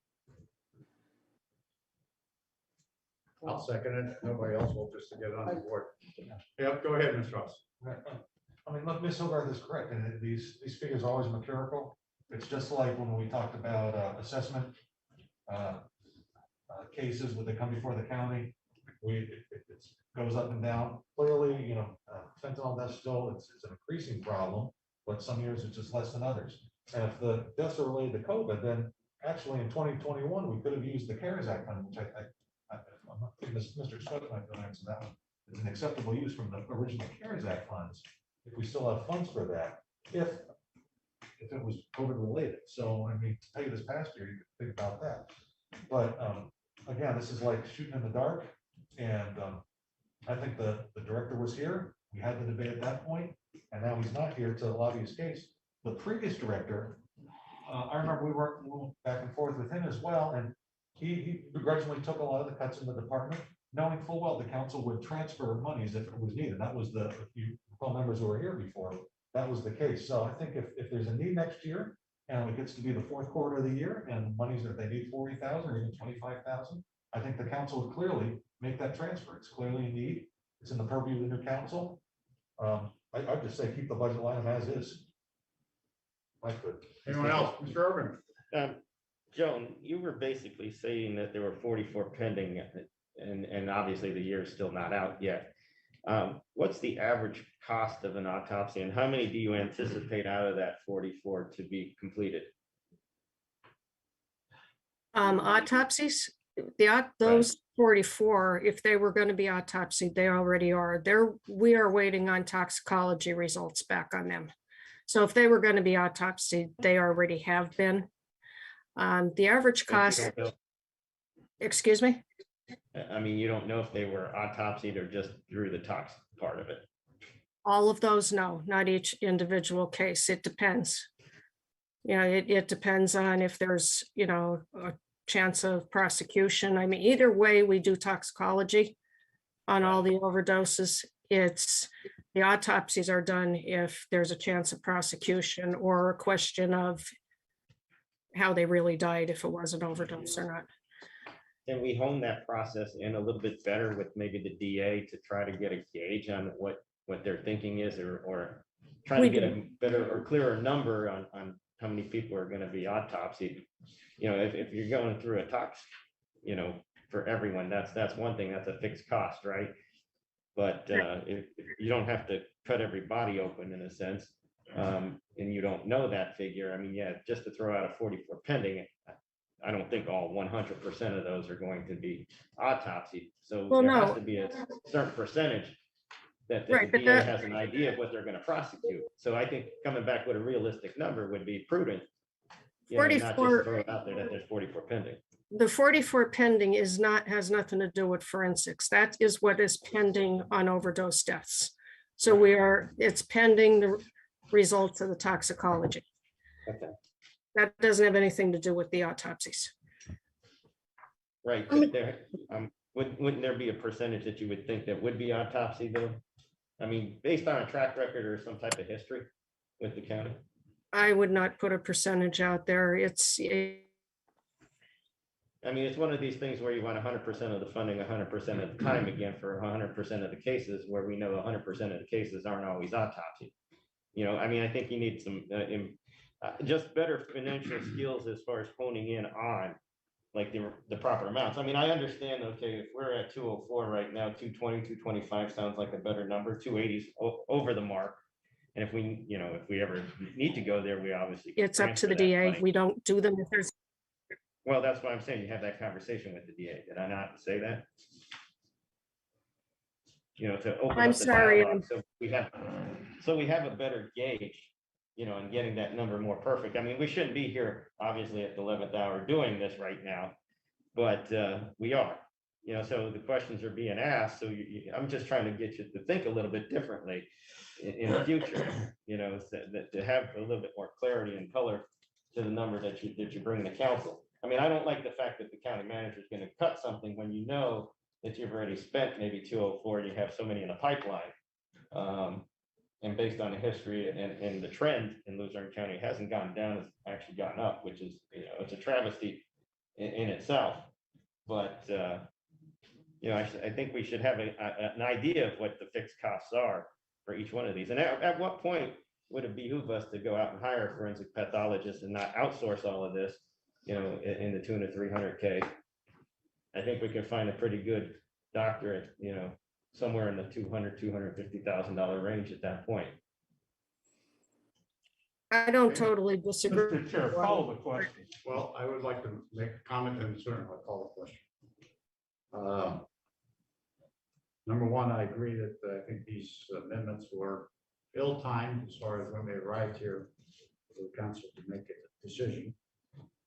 Number two, there is money in the budget. Mr. Hacken was here during our budget process.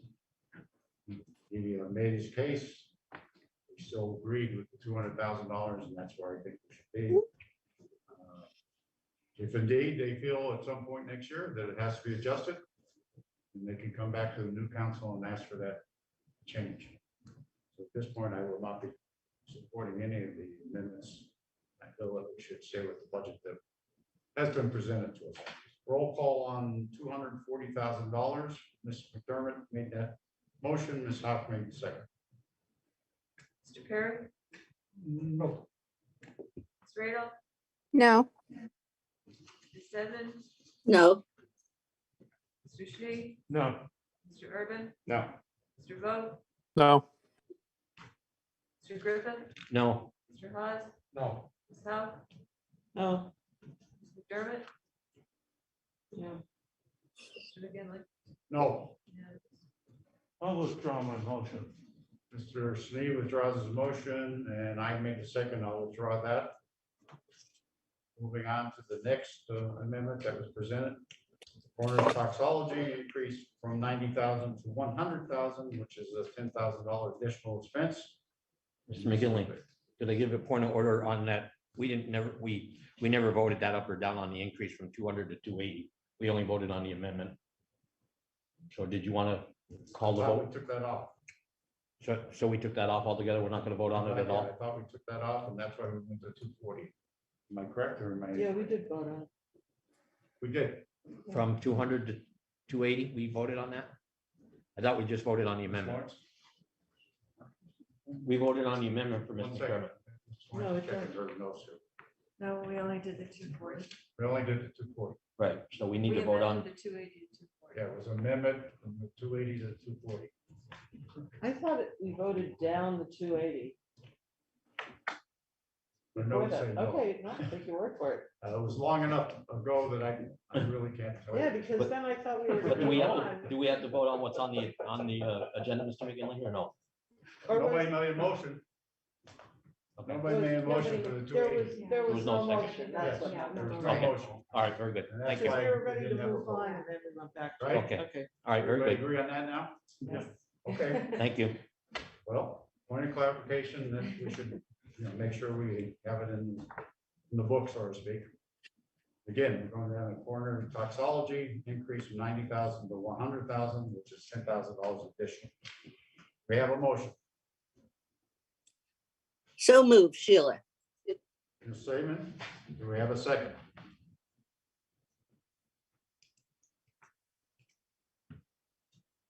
Hearing none, move on to the next set of amendments that were presented. Under administrative services, increase from $650 to $1,500, which adds $850. Office needs dog license envelopes. Do we have a motion?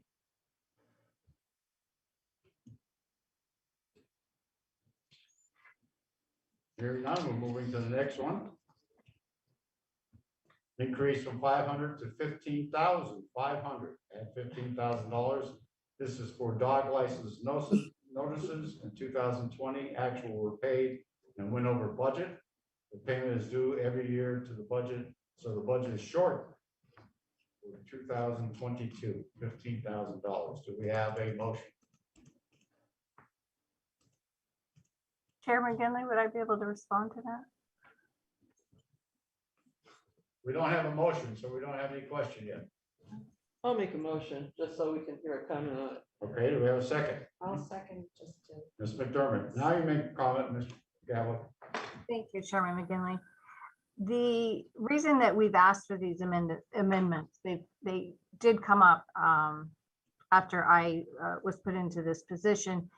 The envelopes going up to $850, we are moving the licensing department out of the elections office at the request of the elections board.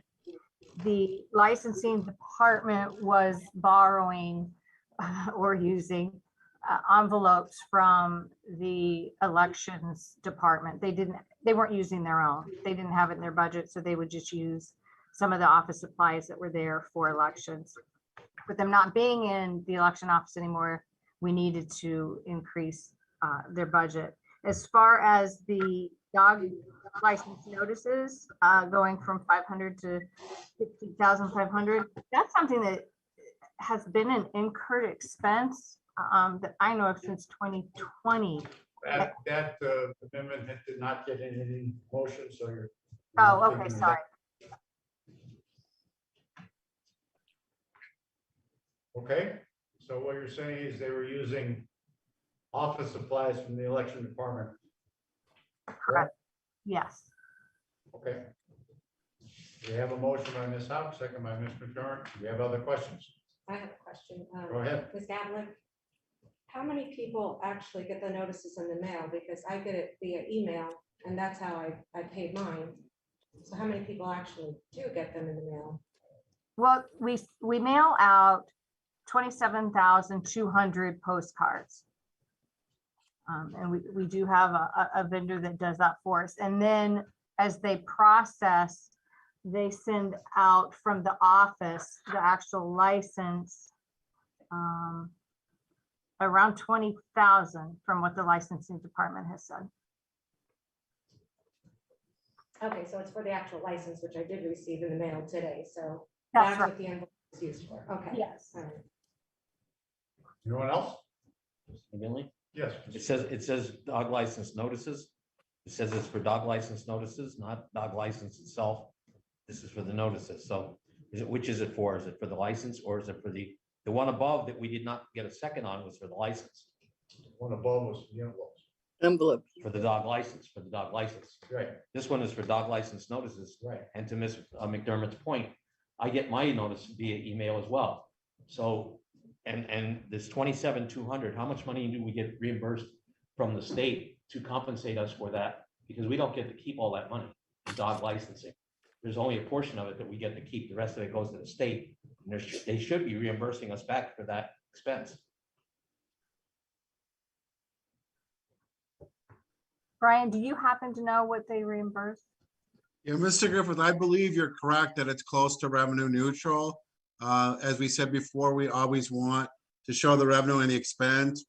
I think in some prior years, it may have been netted by the previous director. So we got 15,000 reimbursed from the vendor and didn't put the 15,000 revenue in the budget. I think we should show it broad, show it correct and be transparent. It's not a new bill. I think we use the 15,000 and we'll get most, 90% if not all reimbursed.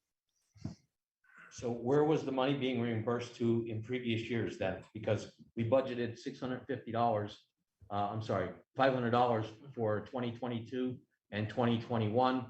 And so you're saying we do get reimbursed by the state. So where did that revenue go to?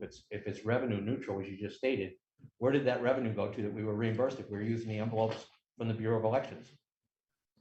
Yeah, it wasn't from the elections envelopes. I was just talking about the actual notices. But I believe, and I have the budget book right in front of me, I believe that was in an expense reimbursement in the same department. We get expense reimbursement in the same department. So that means we have more money coming in on expense reimbursement than we actually put out, correct?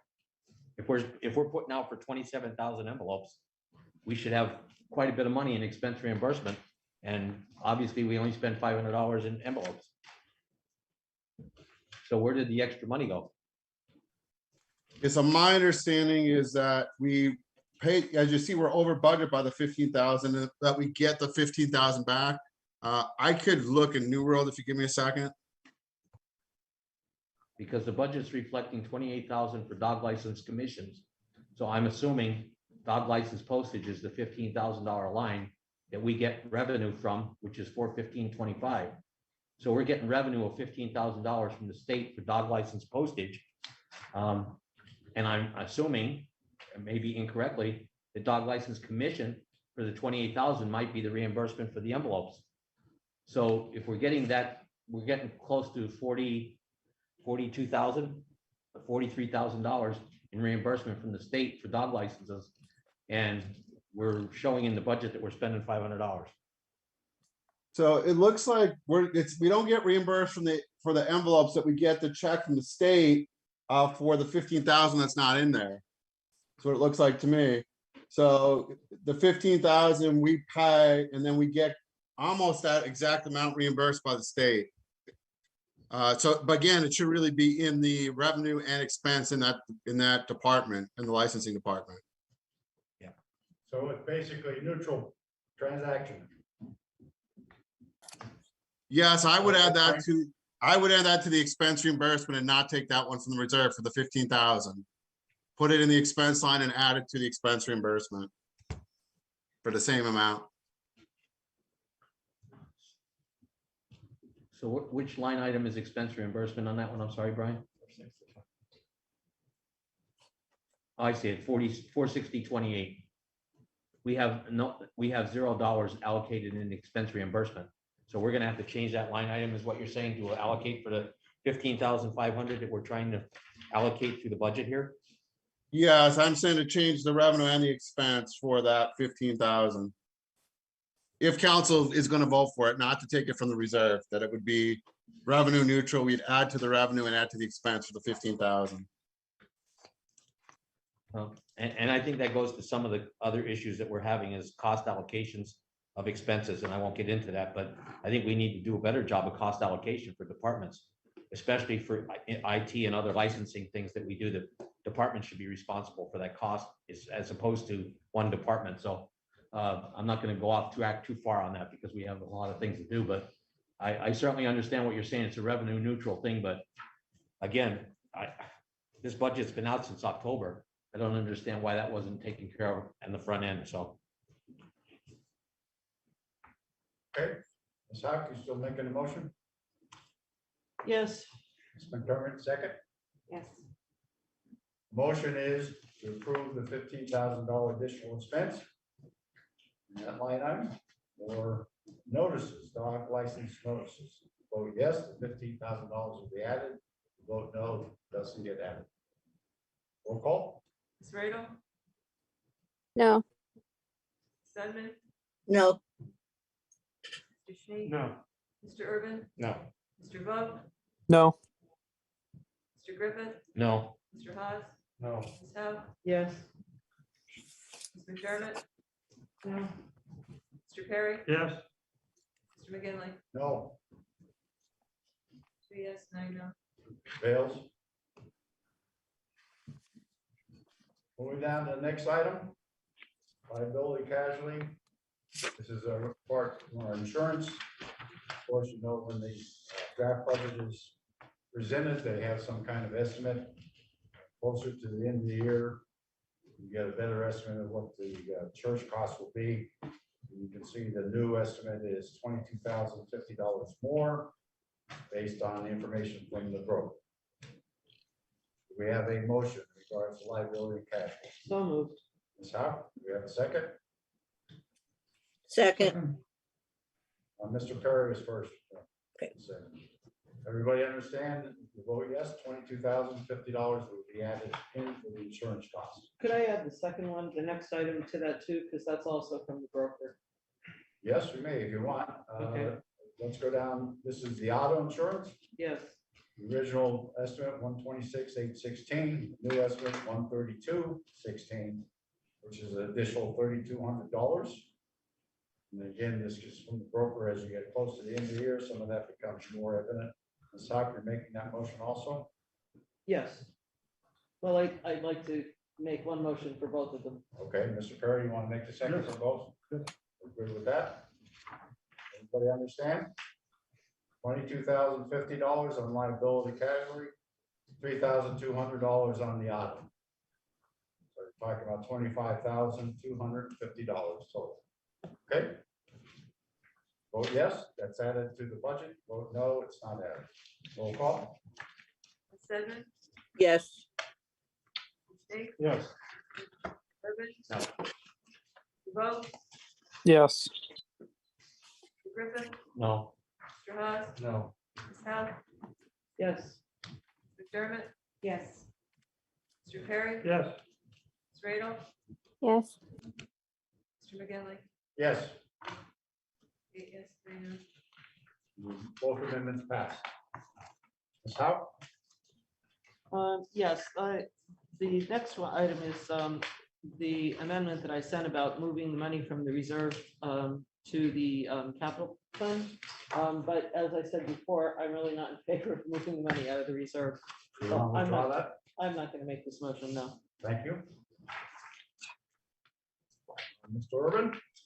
Yes, out of Division 16, Department 4151, 51015, I want to reduce the $35,000 to pretty much negate the first assistant position in the Office of Law. Quite honestly, $70+ thousand a year for a first assistant is quite costly. Knowing that the first assistant also has many other sources of income throughout the county. It's a position that's not really locked in and under the charter where they have to be full-time. I think at that price, the person should be full-time, working for the county at a full-time, on a full-time basis. Granted, yes, you did eliminate one position. I think maybe you need to bring that other position back. If you feel strongly that there's so much work to be done in that department, why would you even ask for an elimination of another part-time solicitor somewhere else? Doesn't make any sense to me that you're gonna throw the duties on one person, but then take duties off of another individual that was working part-time. This also inflates, the future cost of the person's pension in the county. I don't think that this would be like fiscally prudent to continue on with that type of salary. I think it's also for job preservation for a particular individual in the county, and someone that needs to sort of take over the office duties while there's, a temporary division head in that department.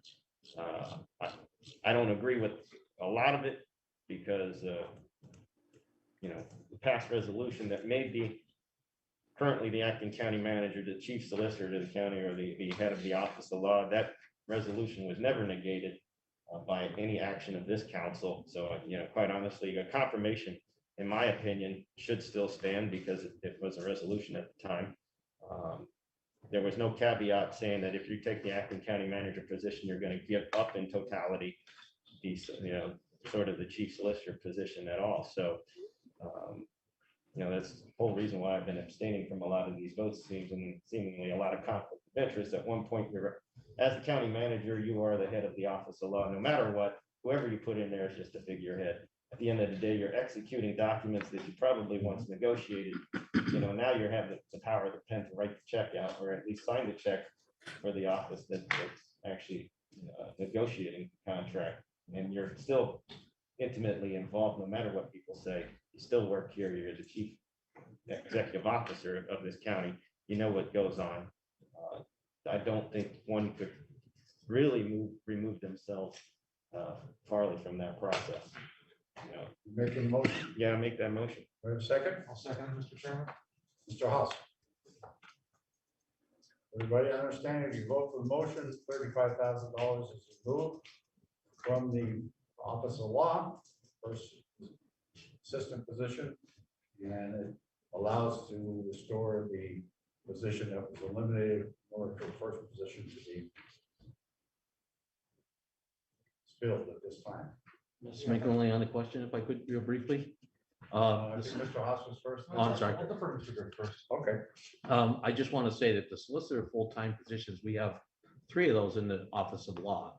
And the highest paid one is about $600. I think it would be better for the office of law or the manager to backfill that position and for a full-time solicitor, add the duties to that person for the additional staff or the additional funding, which would be about 18,000, which would save the county a considerable amount of money as opposed to giving a $35,000 raise to a part-time first assistant, even though the job description clearly states that the first assistant has an awful lot of duties to do.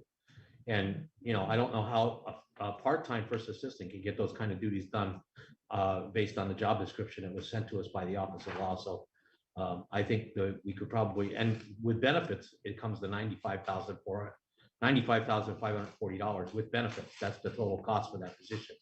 So I just think that we could do better by making that position full-time. And there is no prohibition from a full-time solicitor actually having outside employment off of county time. As long as they're coming in here full-time, the charter doesn't forbid it, I don't believe. And there's no reason in the world why we can't have a full-time solicitor that actually continues with his other duties as he sees fit. So that's my position on the. Yeah, Mr. Chair, this, Mr. Urban's exactly right. This happened because our county manager was the previous division head of the office of law, and that's where this emanates from. So when that goes back to normal, this whole thing should go back to normal. That's really what we're looking at here. Thank you. Okay. Okay. Vote yes, you move $35,000. You vote no, stays in the budget. Roll call, please. Hold on. Go ahead. Mr. Griffin, what was your amendment for? I didn't make an amendment. I was just making an observation that we have 3 full-time solicitors. It would be cheaper or more cost-effective to put $18,000 in a full-time position, bump them up to 75 and add the extra duties to that position, as opposed to hiring a new position, keeping it part-time and bumping it up 35,000. That was my point. So I didn't make it an amendment. It's just an observation. Okay. Very good. Vote yes. Move $35,000. Vote no, stays in the budget. Roll call. Mr. Snead? No. Mr. Urban? Yes. Mr. Vogt? No. Mr. Griffith? Yes. Mr. Haas? Yes. Ms. Howe? Yes. Ms. McDermott? No. Mr. Perry? No. Bradel? No. Ms. Sedman? No, McGinley? no, No. 4 yes, 7 no. 4 yes, 7 no, amendment fails. Moving over to Mr. Griffith. Who sent this email in regards to resident salaries and the coroner's office. Yeah, well, I was looking at the budget on the controller's office, and I think Michelle brought this up when we had her here for her budget amendment or her budget discussion. And in the position budget, the concern I have, first of all, is we don't have a valid, well, the AFSCME contract expires at the end of this year. So I don't know, and I did talk to Budget and Finance, and they said a 2% increase is appropriate for that based on, you know, what the anticipation possibly will be for that union contract. But we nevertheless, we don't have a union contract for the AFSCME union position. It's in the controller's office, which would be the auditor 2 position. Currently, they're budgeted at $39,310 in the position budget, and we have $40,096 in the position budget. But if you look at the actual budget, the budget does not reflect that number. The budget only reflects the 38. So I think if we're going to pay we have to pay whatever the budget says. We don't, so we either have to make the position budget correct, or we have to make the county council budget correct, whichever way we want to go with that. But the county council budget says the position pays for, I see if I can find it here, 38, I believe. Let me just see if I can. What was it? What year? 2022? 2022. $40,096. Yeah, that's the position budget, right? Yeah. Yeah, on the budget, it says 38,320, 39,310 is the budgeted amount on our actual budget for the represented salary. So the position budget's reflecting a different number than the actual budget. So we either need to amend the position budget, or we need to amend the regular council budget. I think you've all stated what your thoughts are. So I don't think the position budget is actually a budget. To be honest, this position list was debated that many times. Right. But I think if we pass the budget, the salary that's in the budget is the dominating salary. So right, so we have to look at the fact that it's a union negotiated contract, and that position should pay 39,310. That's, and without the increase, because we don't know what the contract will state. So the budget would be true then? Is that what you're saying, Mr. McGowan? I believe 39,310 is what's in the budget. Mr. Griffith, can I speak for a second? Go ahead. So I think when we had the actual, Ms. Bednar's hearing, the 39,310 is the current salary. The position list is correct. I think council should amend the budget to add $786. I think to your point, you are correct in that there's no signed contract, and it may be more or less than that amount. But what we did for that department on advice of the person that was negotiating contracts at the time, admin services, was put in 2% for the budget, and that was inadvertently missed. So I would recommend adding $786 to match the position list, but council can do that or change it. But that's what happened. It was correct in the list and got inadvertently missed in the budget. But to Mr. McGinley's point, the budget's what we go by. So I think you need to amend that line. Mr. Griffith, you want to amend? Okay, so I will make a motion that we amend line 51016. I'm sorry, 51020 wages represented on the controller's budget, which states it's 39,310 salary for 2022. Amend that to say that the salary for the represented employee will be $40,096. We have a second. I'll second that. Ms. Howe? On the question? On the question, I think it should also include an amendment to the position budget. And I'm the one that wrote the amendment for the administrative code, and it's called a position budget. So I don't know why everybody insists on calling it a list. It says in the administrative code, it's a position budget. You could say, Harry, I don't like your name. I'm going to call you John, but his name is still Harry. It's a position budget, and it needs to match the salary that's in there. So I think it needs to be done. I do remember Ms. Bednar saying when she was here that there was an error there that needed to be corrected. Anyone else? Roll call, please. If we vote yes, you add $786 to the salary. Mr. Urban, Yes. Mr. Vogt, Yes. Mr. Griffith, Yes. Mr. Haas, Yes. Ms. Howe, Yes. Ms. McDermott, Yes. Mr. Perry, Yes. Ms. Radel, Yes. Ms. Edmund, Yes. Mr. Snead, Yes. Mr. McGinley, Yes. unanimous. Okay, we also received an email from Mr. Rakovich regards to the budget for the kitchen and groceries in the prison. The request was to add $100,000 to that line item. Anyone want to make that motion?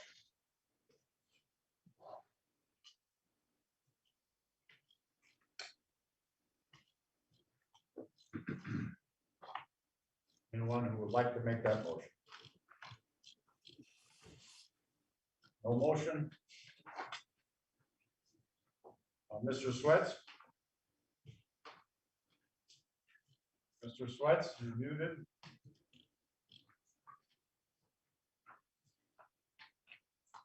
Yes, Mr. Chair. Mr. Sweats, would you share your screen and do your calculations? We're going to take a slight recess to allow you to do that. And we'll come back in 10 minutes and talk about the final adoption of the budget. Sounds good. I will do Okay. that. Thank you. Make sure you share your screen, please, so that everyone can. I will. Thank you.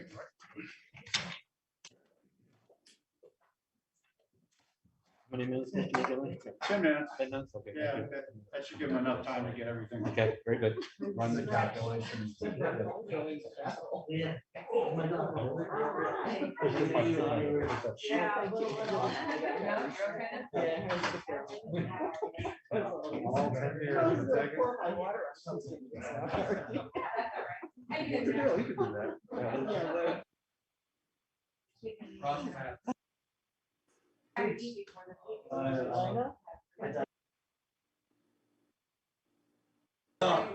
I got that pill case though. I know, that's right.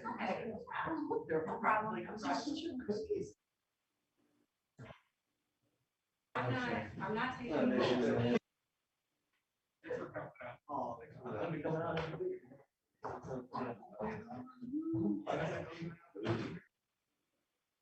That was awesome. I couldn't believe it. That was a giant trouble. Oh, congratulations. You worked hard for that. Oh, the money's coming. It's coming. It's coming. It's gonna require. I think one of the people said it is, or, I said, listen, there's nothing's gonna happen between now and then.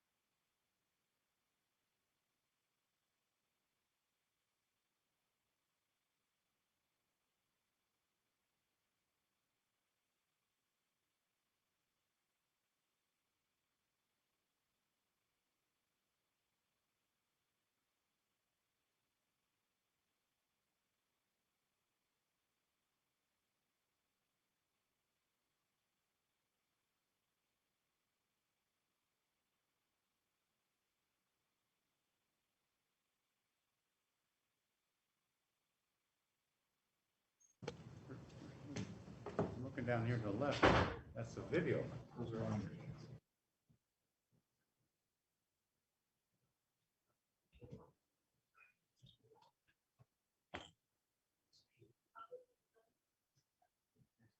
Get me on here. Ed? Let me check right now. Thank you.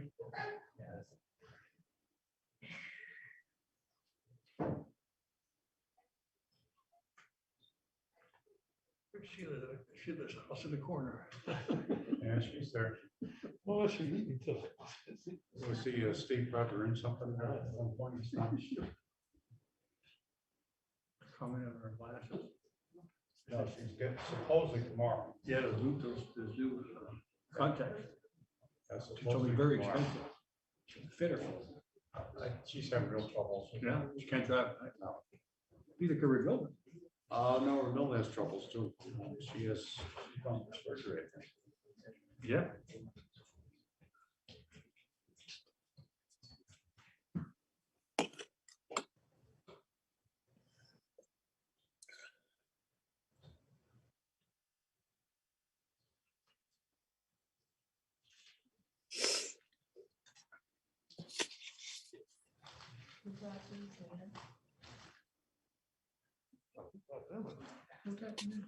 Huh? I don't know.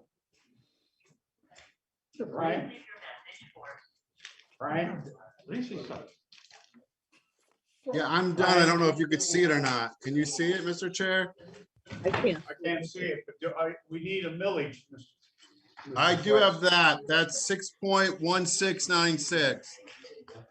6.1696. 1696. 6.169. 96, correct. Hold on, Same as last year, right? correct. Thank you. All right, I'm trying to see why this isn't up because I see it on my screen, but I don't see it on the Zoom. Give me a sec. There's a screen up now, Brian. Now it's gone.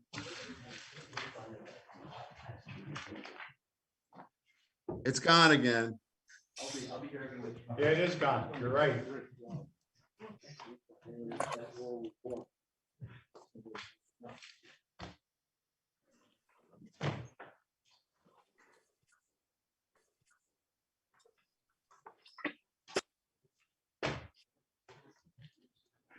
Go bed.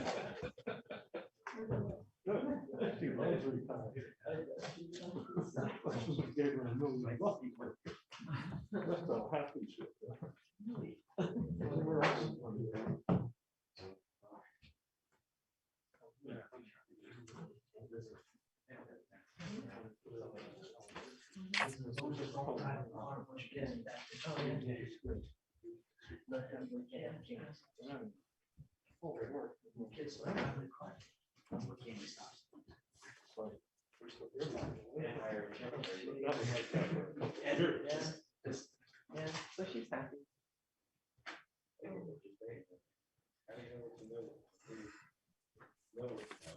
What's 2 plus X plus Y plus 4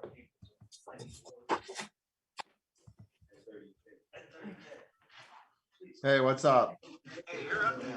I know, but I'm in true Zoom session, so that's what I think the issue is. I've got. Should only be in this one, Brian. Well, the notes should be the same. It is, the notes is the same. But it's not. printed. All right. We're gonna call the meeting back to order, please. Millage, so everyone knows, is the same as the current millage rate, 6.1696. Oh, thank you. Of course, the date today is 14th of December, 2021. Mr. Sweats, do you have that up there on the share your screen? Mr. Sweats?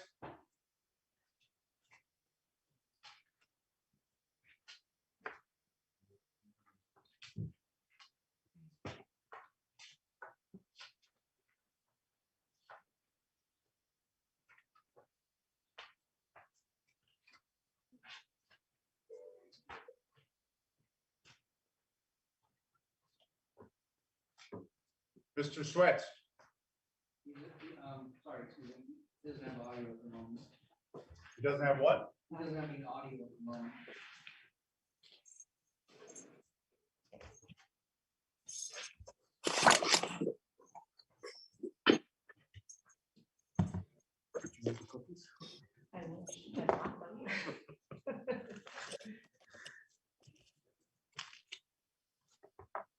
Well, Mr. Swets, are you going to have something or you're not going to be able to? Please let us know.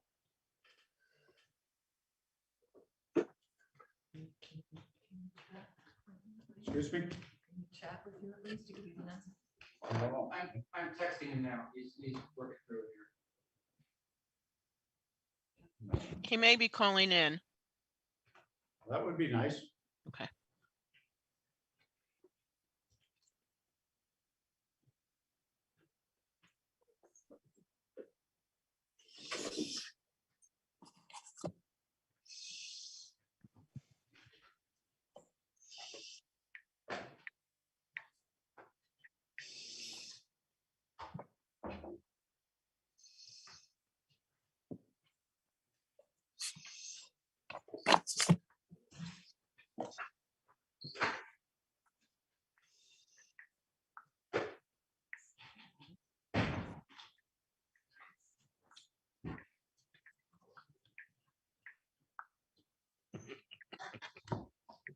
Mr. Swets, are you calling in?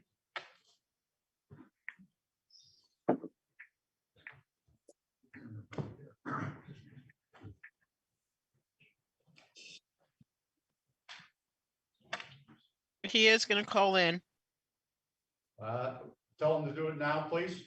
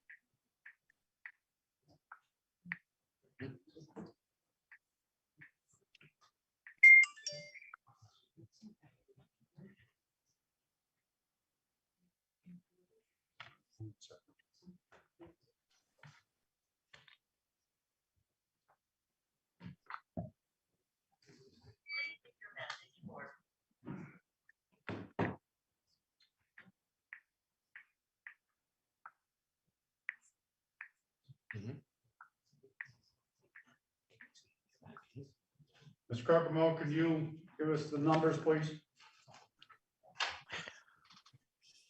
Let me just pull them up.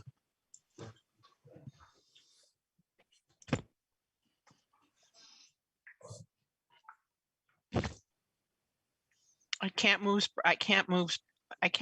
Brian's screen. He's in charge of his screen. Screen that's up.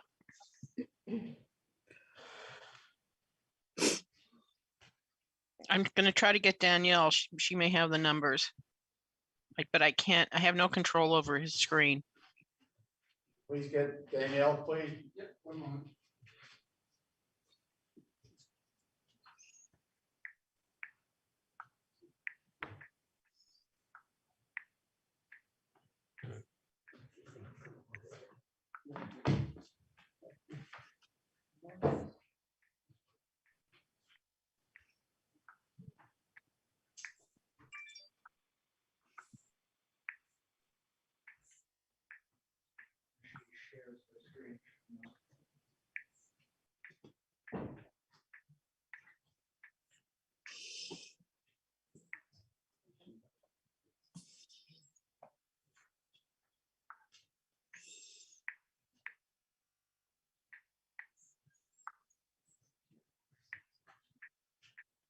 Ms. Kirkmo, do we have anyone? I'm trying to get Danielle to call in. Brian cannot, and I'm trying to get the screen that they did the changes. At this point, we need to have the final number.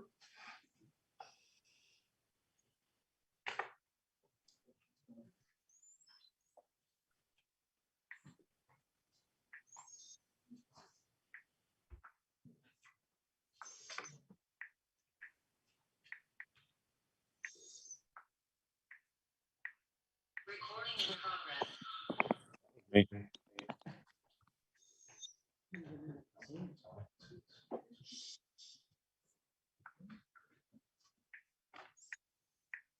I'm not able to share my screen, but What's the final number, please? so we added 3786 to the reserve to make it 1.266026. What's the total for the budget? 157,812,877.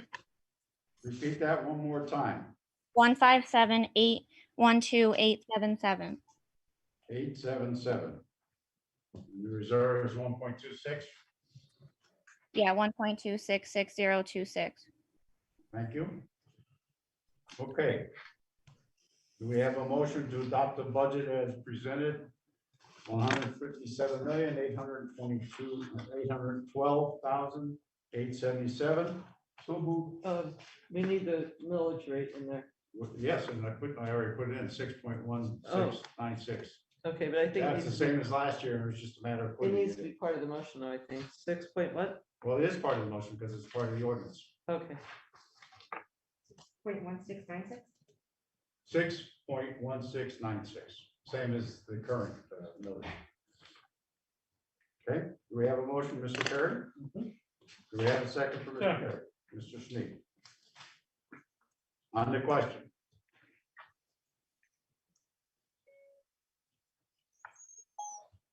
Roll call, please. Mr. Vogt, Yes. Mr. Griffith, Yes. Mr. Haas, Yes. Ms. Howe, Yes. Ms. McDermott, Yes. Mr. Perry, Yes. Ms. Radel, Yes. Ms. Edmond, Yes. Mr. Sneed. Yes. Mr. Urban. Yes. Mr. McGinley. I'm going to vote yes, but I have very strong reservations about this budget. I believe that there's some major deficiencies, and I think as the year progresses next year, I think the new council will be faced with some major decisions. That being said, we're now open for members of the public. This was, although which you were sitting here quietly for several hours. Thank you, Mr. Chairman. First thing I want to say is I want to thank each and every one of the outgoing council members for your many years of service. Whether it was 2 years of service or 10 years of service. It's a lot of work. It's hard work. I ran for this office. I know what's ahead of me. And I want to thank each and every one of you for all of your hard work, commitment, especially during budget time. Like you said, sitting here all these hours. It wasn't just these hours. It's all the work sessions, all the budget sessions, voting sessions, all throughout the year. It's very commendable work. You've all done a great job. Now, moving forward, I know that I will be moving into this role. That's why I came tonight. I want to get a feel for what's going to be going on next year. As Mr. McGinley said, there will be tough decisions. We're never going to agree on everything, but we need to work together moving forward, all of us, all 11 members who want to sit here, discuss openly all the important decisions on the table. We need input from all 11 council members. Everybody needs to have an active part in this council. We all need to make sure our voices are heard. We need to have good, solid discussion. There will be disagreements, of course. I understand that. But moving forward for the good of this county, we must work together. And I will never, ever block anybody out. I will have open communication with each and every one of the members on this council. I want to make sure that you know that I'll be open to discussion with anyone about any issues. As I said out in the campaign trail, I'm going to work hard, save taxpayer money, make sure that we're making important decisions each and every day, each and every minute that we spend here and in committee meetings and across the board. Thank you all for your hard work and dedication. Thank you. Thank you. Mr. Fitzgerald. Well, I'd like to thank everybody for always being here. You know, if you home with your kids, it doesn't matter, like Greg said, if you agree or disagree. But I do want to know, I'm new to this, but I have talked to a few people from Greg from Citizens United that is meeting up in between this week and last week, and a couple Republicans. And I realized one thing, that who you elect is the most important thing in the world.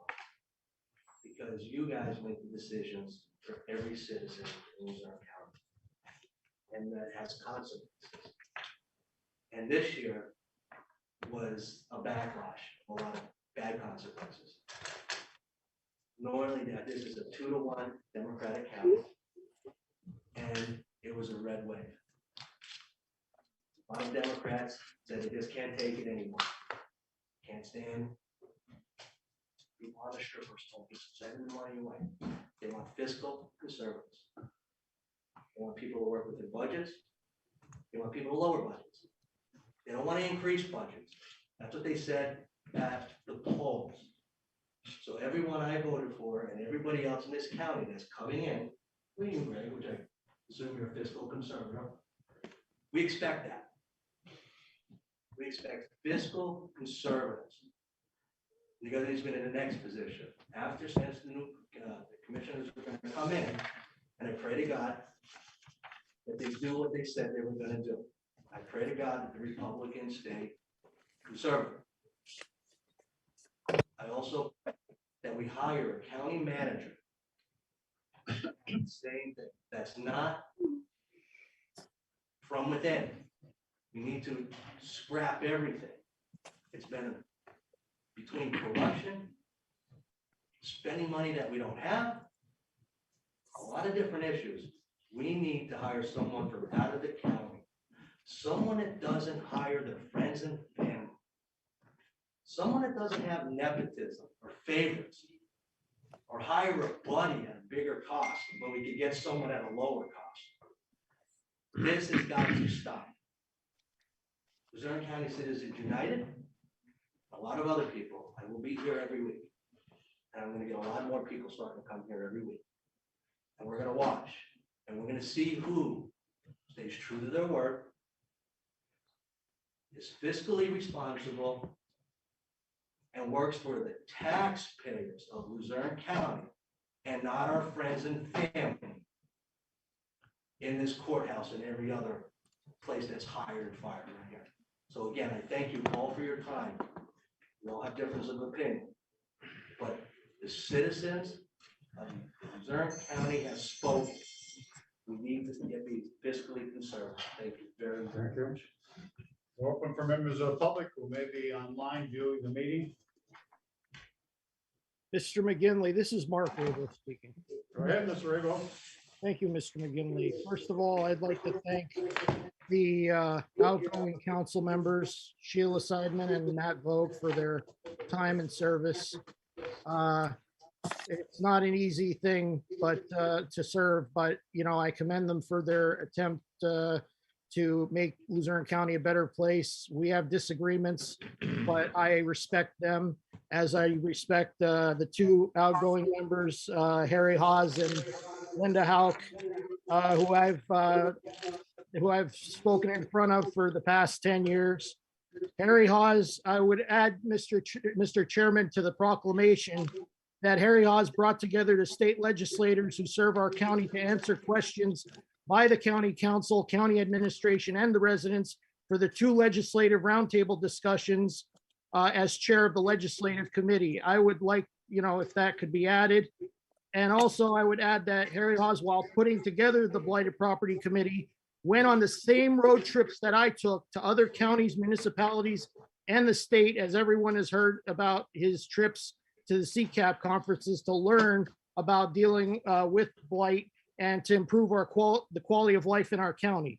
His primary motivation for going all out is to serve the residents of Luzerne County. And Linda Hauk, she's not only the first female chair of this council, but she's a fervent and staunch believer of home rule government to serve all the residents of Luzerne County. She believed in this form of government, that this would be the most transparent form of government, even though we strongly disagree about certain components of the charter and council and how the codes are formulated. She was always willing to hear everyone out, no matter the position. No matter how we disagreed, we always respected each other's position, because no matter how she came to her positions or mine, she never held her disagreements with anyone personally. That is a credit not only to her serving as chair and on council, but her character as a person. It is my belief that since the inception of home rule government, she is the best person who served in the capacity of chair of county council, present company included. Her dedication to fiscal sustainability and to make sure this home rule government works for the residents of this county is second to no one. As someone who's been going to meetings for the past 10 years or 12, actually since the beginning of home rule, I commend them for putting up with me, especially at times when we didn't disagree. As my mother and my grandmother would say, I can be a real pain in the dupa sometimes. Lastly, I want to publicly give special thanks to the families of Harry Haas and Linda Hauk who endured through these times of their service. I would like to also wish Merry Christmas to those who celebrate and Happy New Year to all the county residents and employees. Thank you. Thank you. Other members of the public? Mr. Chair, if could I just have a moment? On behalf of the administration and myself, I would like to specifically thank Council Member Hauk, Council Member Hawes, Council Member Griffin, Council Member Seidman, and Council Member Vogue for their hard work and dedication. It has not gone unnoticed, especially during this challenging time in our history. The years of service that you have given to the county, and in spite of the coronavirus pandemic and its impact on the county's health and economics and financial systems, all of you have been on the front lines, leading in service to our communities. So on behalf of the administration, I send to you our deepest gratitude for your commitment. Stay well. Thank you. Motion for adjournment? Mr. McGillen? I'd like to just say a few words too. I want to thank Harry, Linda, Walter. Can you hear me? And Sheila. Oh. Then Mr. Menton. Just for your years of service. I mean, I've known Harry for many years, worked along with him and Walter on many initiatives in this county around the city of Wilkes-Barre. I know you guys are very diehard workers on behalf of all the residents that you serve. I want to thank you for your time here, Linda. You've been phenomenal, even though philosophically we might not see eye to eye sometimes, but you are a great teacher, someone that remembers like an elephant in the sense with detail. That will be missed here on council. Matt, thank you for the County Cares Commission. Sheila, thank you for your service too. I'm sure with the mental health aspect, potentially I may decide to take that seat next year if once it's given up. But just wanted to say, Walter, I know you're going in a different capacity. Good luck. I'm sure we'll be communicating frequently. But I wish all of you well and stay tuned, stay engaged. I think next year's going to be a very interesting ride.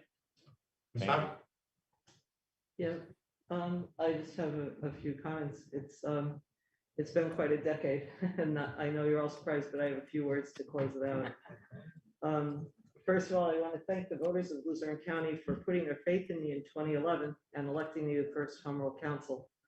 But the work of converting this government actually began earlier than that, years earlier, with the people who worked for government study and created the home rule charter and got it passed. So thanks to all of those who came before that first council. It really has been a wonderful experience to be part of the formative years of this new government.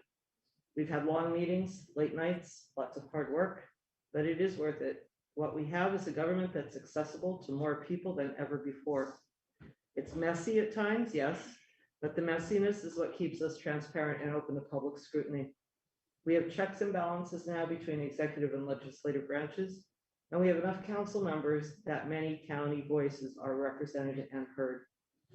I have been blessed in the last 10 years to have worked with some fine people on council and to get to know the inner workings of the county operations and the hardworking county employees at every level. So thanks to all of you who work daily to make Luzerne County a better place. And finally, to future councils, thank you for volunteering your time and your talent to government service. There's probably apocryphal story about Ben Franklin, who was asked in 1787 after the Constitutional Convention what kind of government we had formed. And he said, you have a republic if you can keep it. Right. I want to paraphrase that because the sentiment is really the same. And I want to say, we have a home rule government. See that you keep it. Thank you. Okay, Mr. McGinley? yes, go ahead, Mr. Griffin. Hello, can you hear me now? One. Hello? Hold on, we'll get to you. Mr. Okay. Griffin, go ahead. Thank you, Mr. McGinley. Linda just alluded to as a charter drafter, it was one of the, probably the highlights of my entire life to do that process and to bring it to council. And what's more important is when we have people like Linda and Harry and Mr. McGinley as well, that got on the ball, for lack of a better term, spent many hours till 2 o'clock in the morning, 1 o'clock in the morning, I remember, over at the EMA building with Mr. Boback and other members of council who were on the first council that did yeoman's work to draft. We handed them a skeleton of government and they actually put the skin on it, for lack of a better analogy. Linda's exquisite writing with the administrative code, the ethics code, along with the guidance by Mr. McGinley and others that started out this charter, were probably the bedrock, well, certainly were the bedrock of this government. And to Linda's point, you know, we need to do all we can to continue on that bedrock, continue to build this government, because it is all about good government. If that's what it is for me, it's about good government. I'm sure it's about everybody who serves on this council. It's really about good government. There's personalities being put aside. Sometimes they do get in the way, and sometimes it does get messy, as Linda said. But at the end of the day, good government should be the byproduct of the whole thing. And that's what's really important at this council and this government. And it took a lot of work for people like Mr. McGinley, Linda. I know Mr. McGinley's still here, but Linda and Harry and Jim Boback. But most importantly, the last piece of my little speech here is about the citizens that come out to these meetings. Sometimes they do get annoying. Sometimes they do get under our skin, but that's what makes us a good government. When you have people like Brian Shiner, Ed Chesnovich, Thurman, a lot of folks that come out to these meetings tirelessly every time we have a meeting and just sit in the audience and keep us on our toes. That's what keeps good government transparent. And that's what makes government work. And I know sometimes we get annoyed with Mark Raybo and other people that come to these meetings, but please don't ever stop coming, because when you stop coming, we become a dictatorship and we become an anarchy. People are what makes the difference in government. And the more we keep people involved, the better our government will be. So I appreciate the public that comes out. I appreciate the hard work, especially that Linda and Harry did, as well as Mr. McGinley at the front end of this charter. It's very fulfilling for me to see this happen and this government go forward. To Sheila and Matt, certainly I appreciate your help. I appreciate your wisdom, Sheila's especially, from the legal side. Always, I appreciate you staying engaged and staying involved and keeping us on our toes. Matt Vogt with his chair, County Cares Commission. I see duffel bags are going to be purchased for the children, and that's a good thing. And those are the kind of things we need to keep focused on. So thank you so much for those folks that served before me, and I look forward to good government in the new council as they come in. Thanks, Mr. McGinley. Mr. Manta? Yeah, can you hear me? Hello? Loud and clear. Okay. I'd like to thank all members of the county council, and especially the ones that put forth an effort to help our fight against the rain tax. There was Walter, there was Steve, there was Harry, put together a group of people at Gus Genetti's, which was fantastic. I mean, I wish that fight would have still went on, but I'd like to thank Cookie Lady, and she knows who I'm talking about. And the people that I met there are outstanding. Some of the people I didn't agree with, some of the people didn't see my point. But like Walter said, it's the people that make the council stay on their toes and keep everybody in line so that we keep an open government for the people. Don't forget, read that little statement on the wall.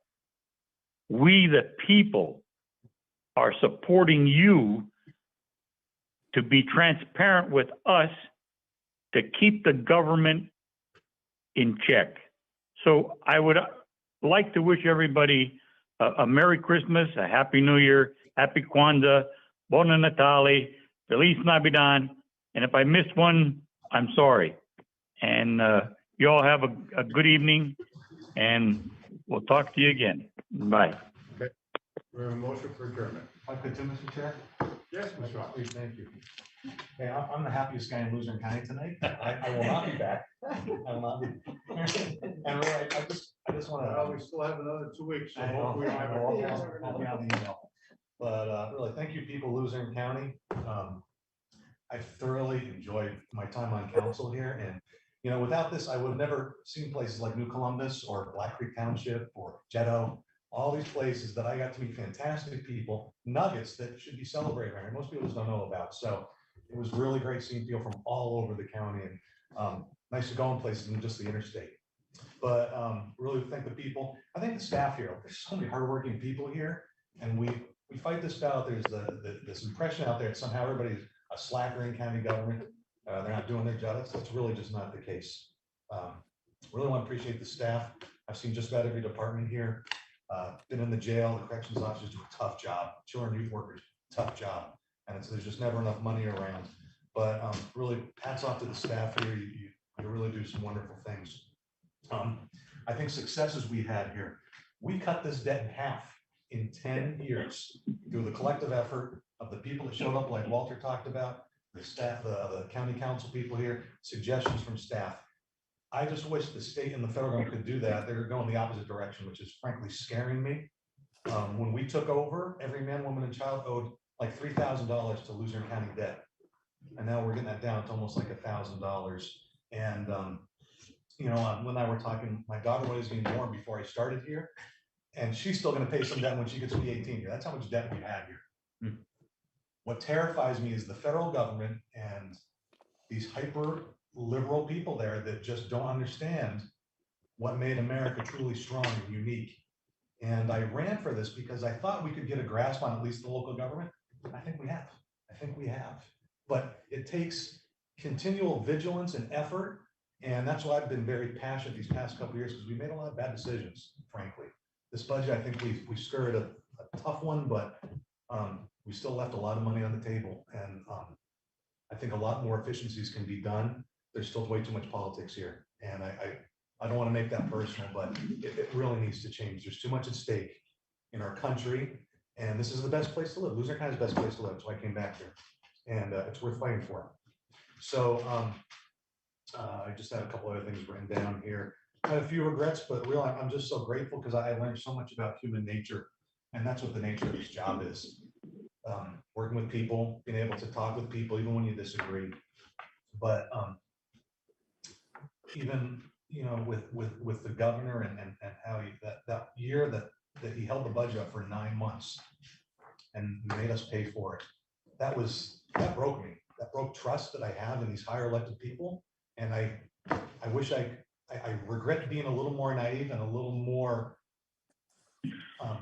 giving people the benefit of the doubt, but I just see how politicians are, and it's very scary. So please, people out there, hold all politicians accountable. What works for home rule government is that we're part-time and we can have regular jobs. We don't need to have the bread and butter here, that we're not beholden to politics.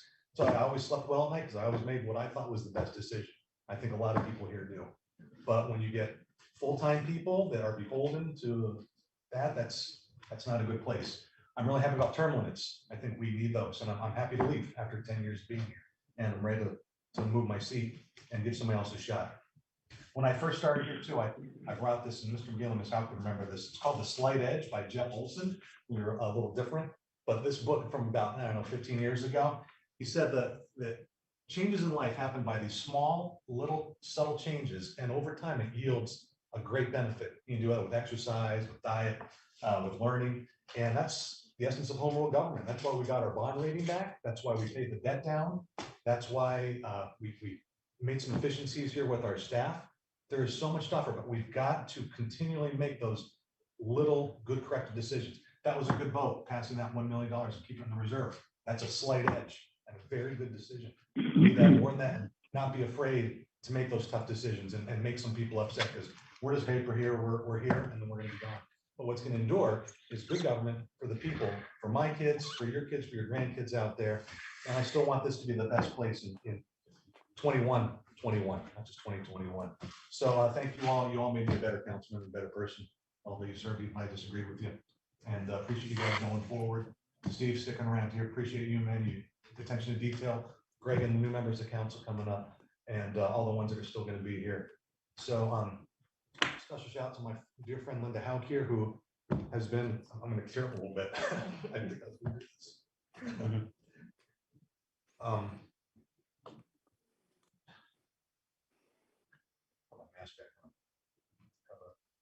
She's the most valuable member of this council, and she's so good at detail and thinking things through, and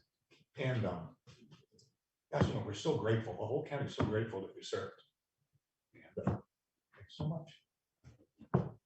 Thank you, everybody. See you out there. Motion to adjourn. Mr. McDermott. Second. Mr. Haas. We wish everybody a happy holiday season. See you in January. Thank you.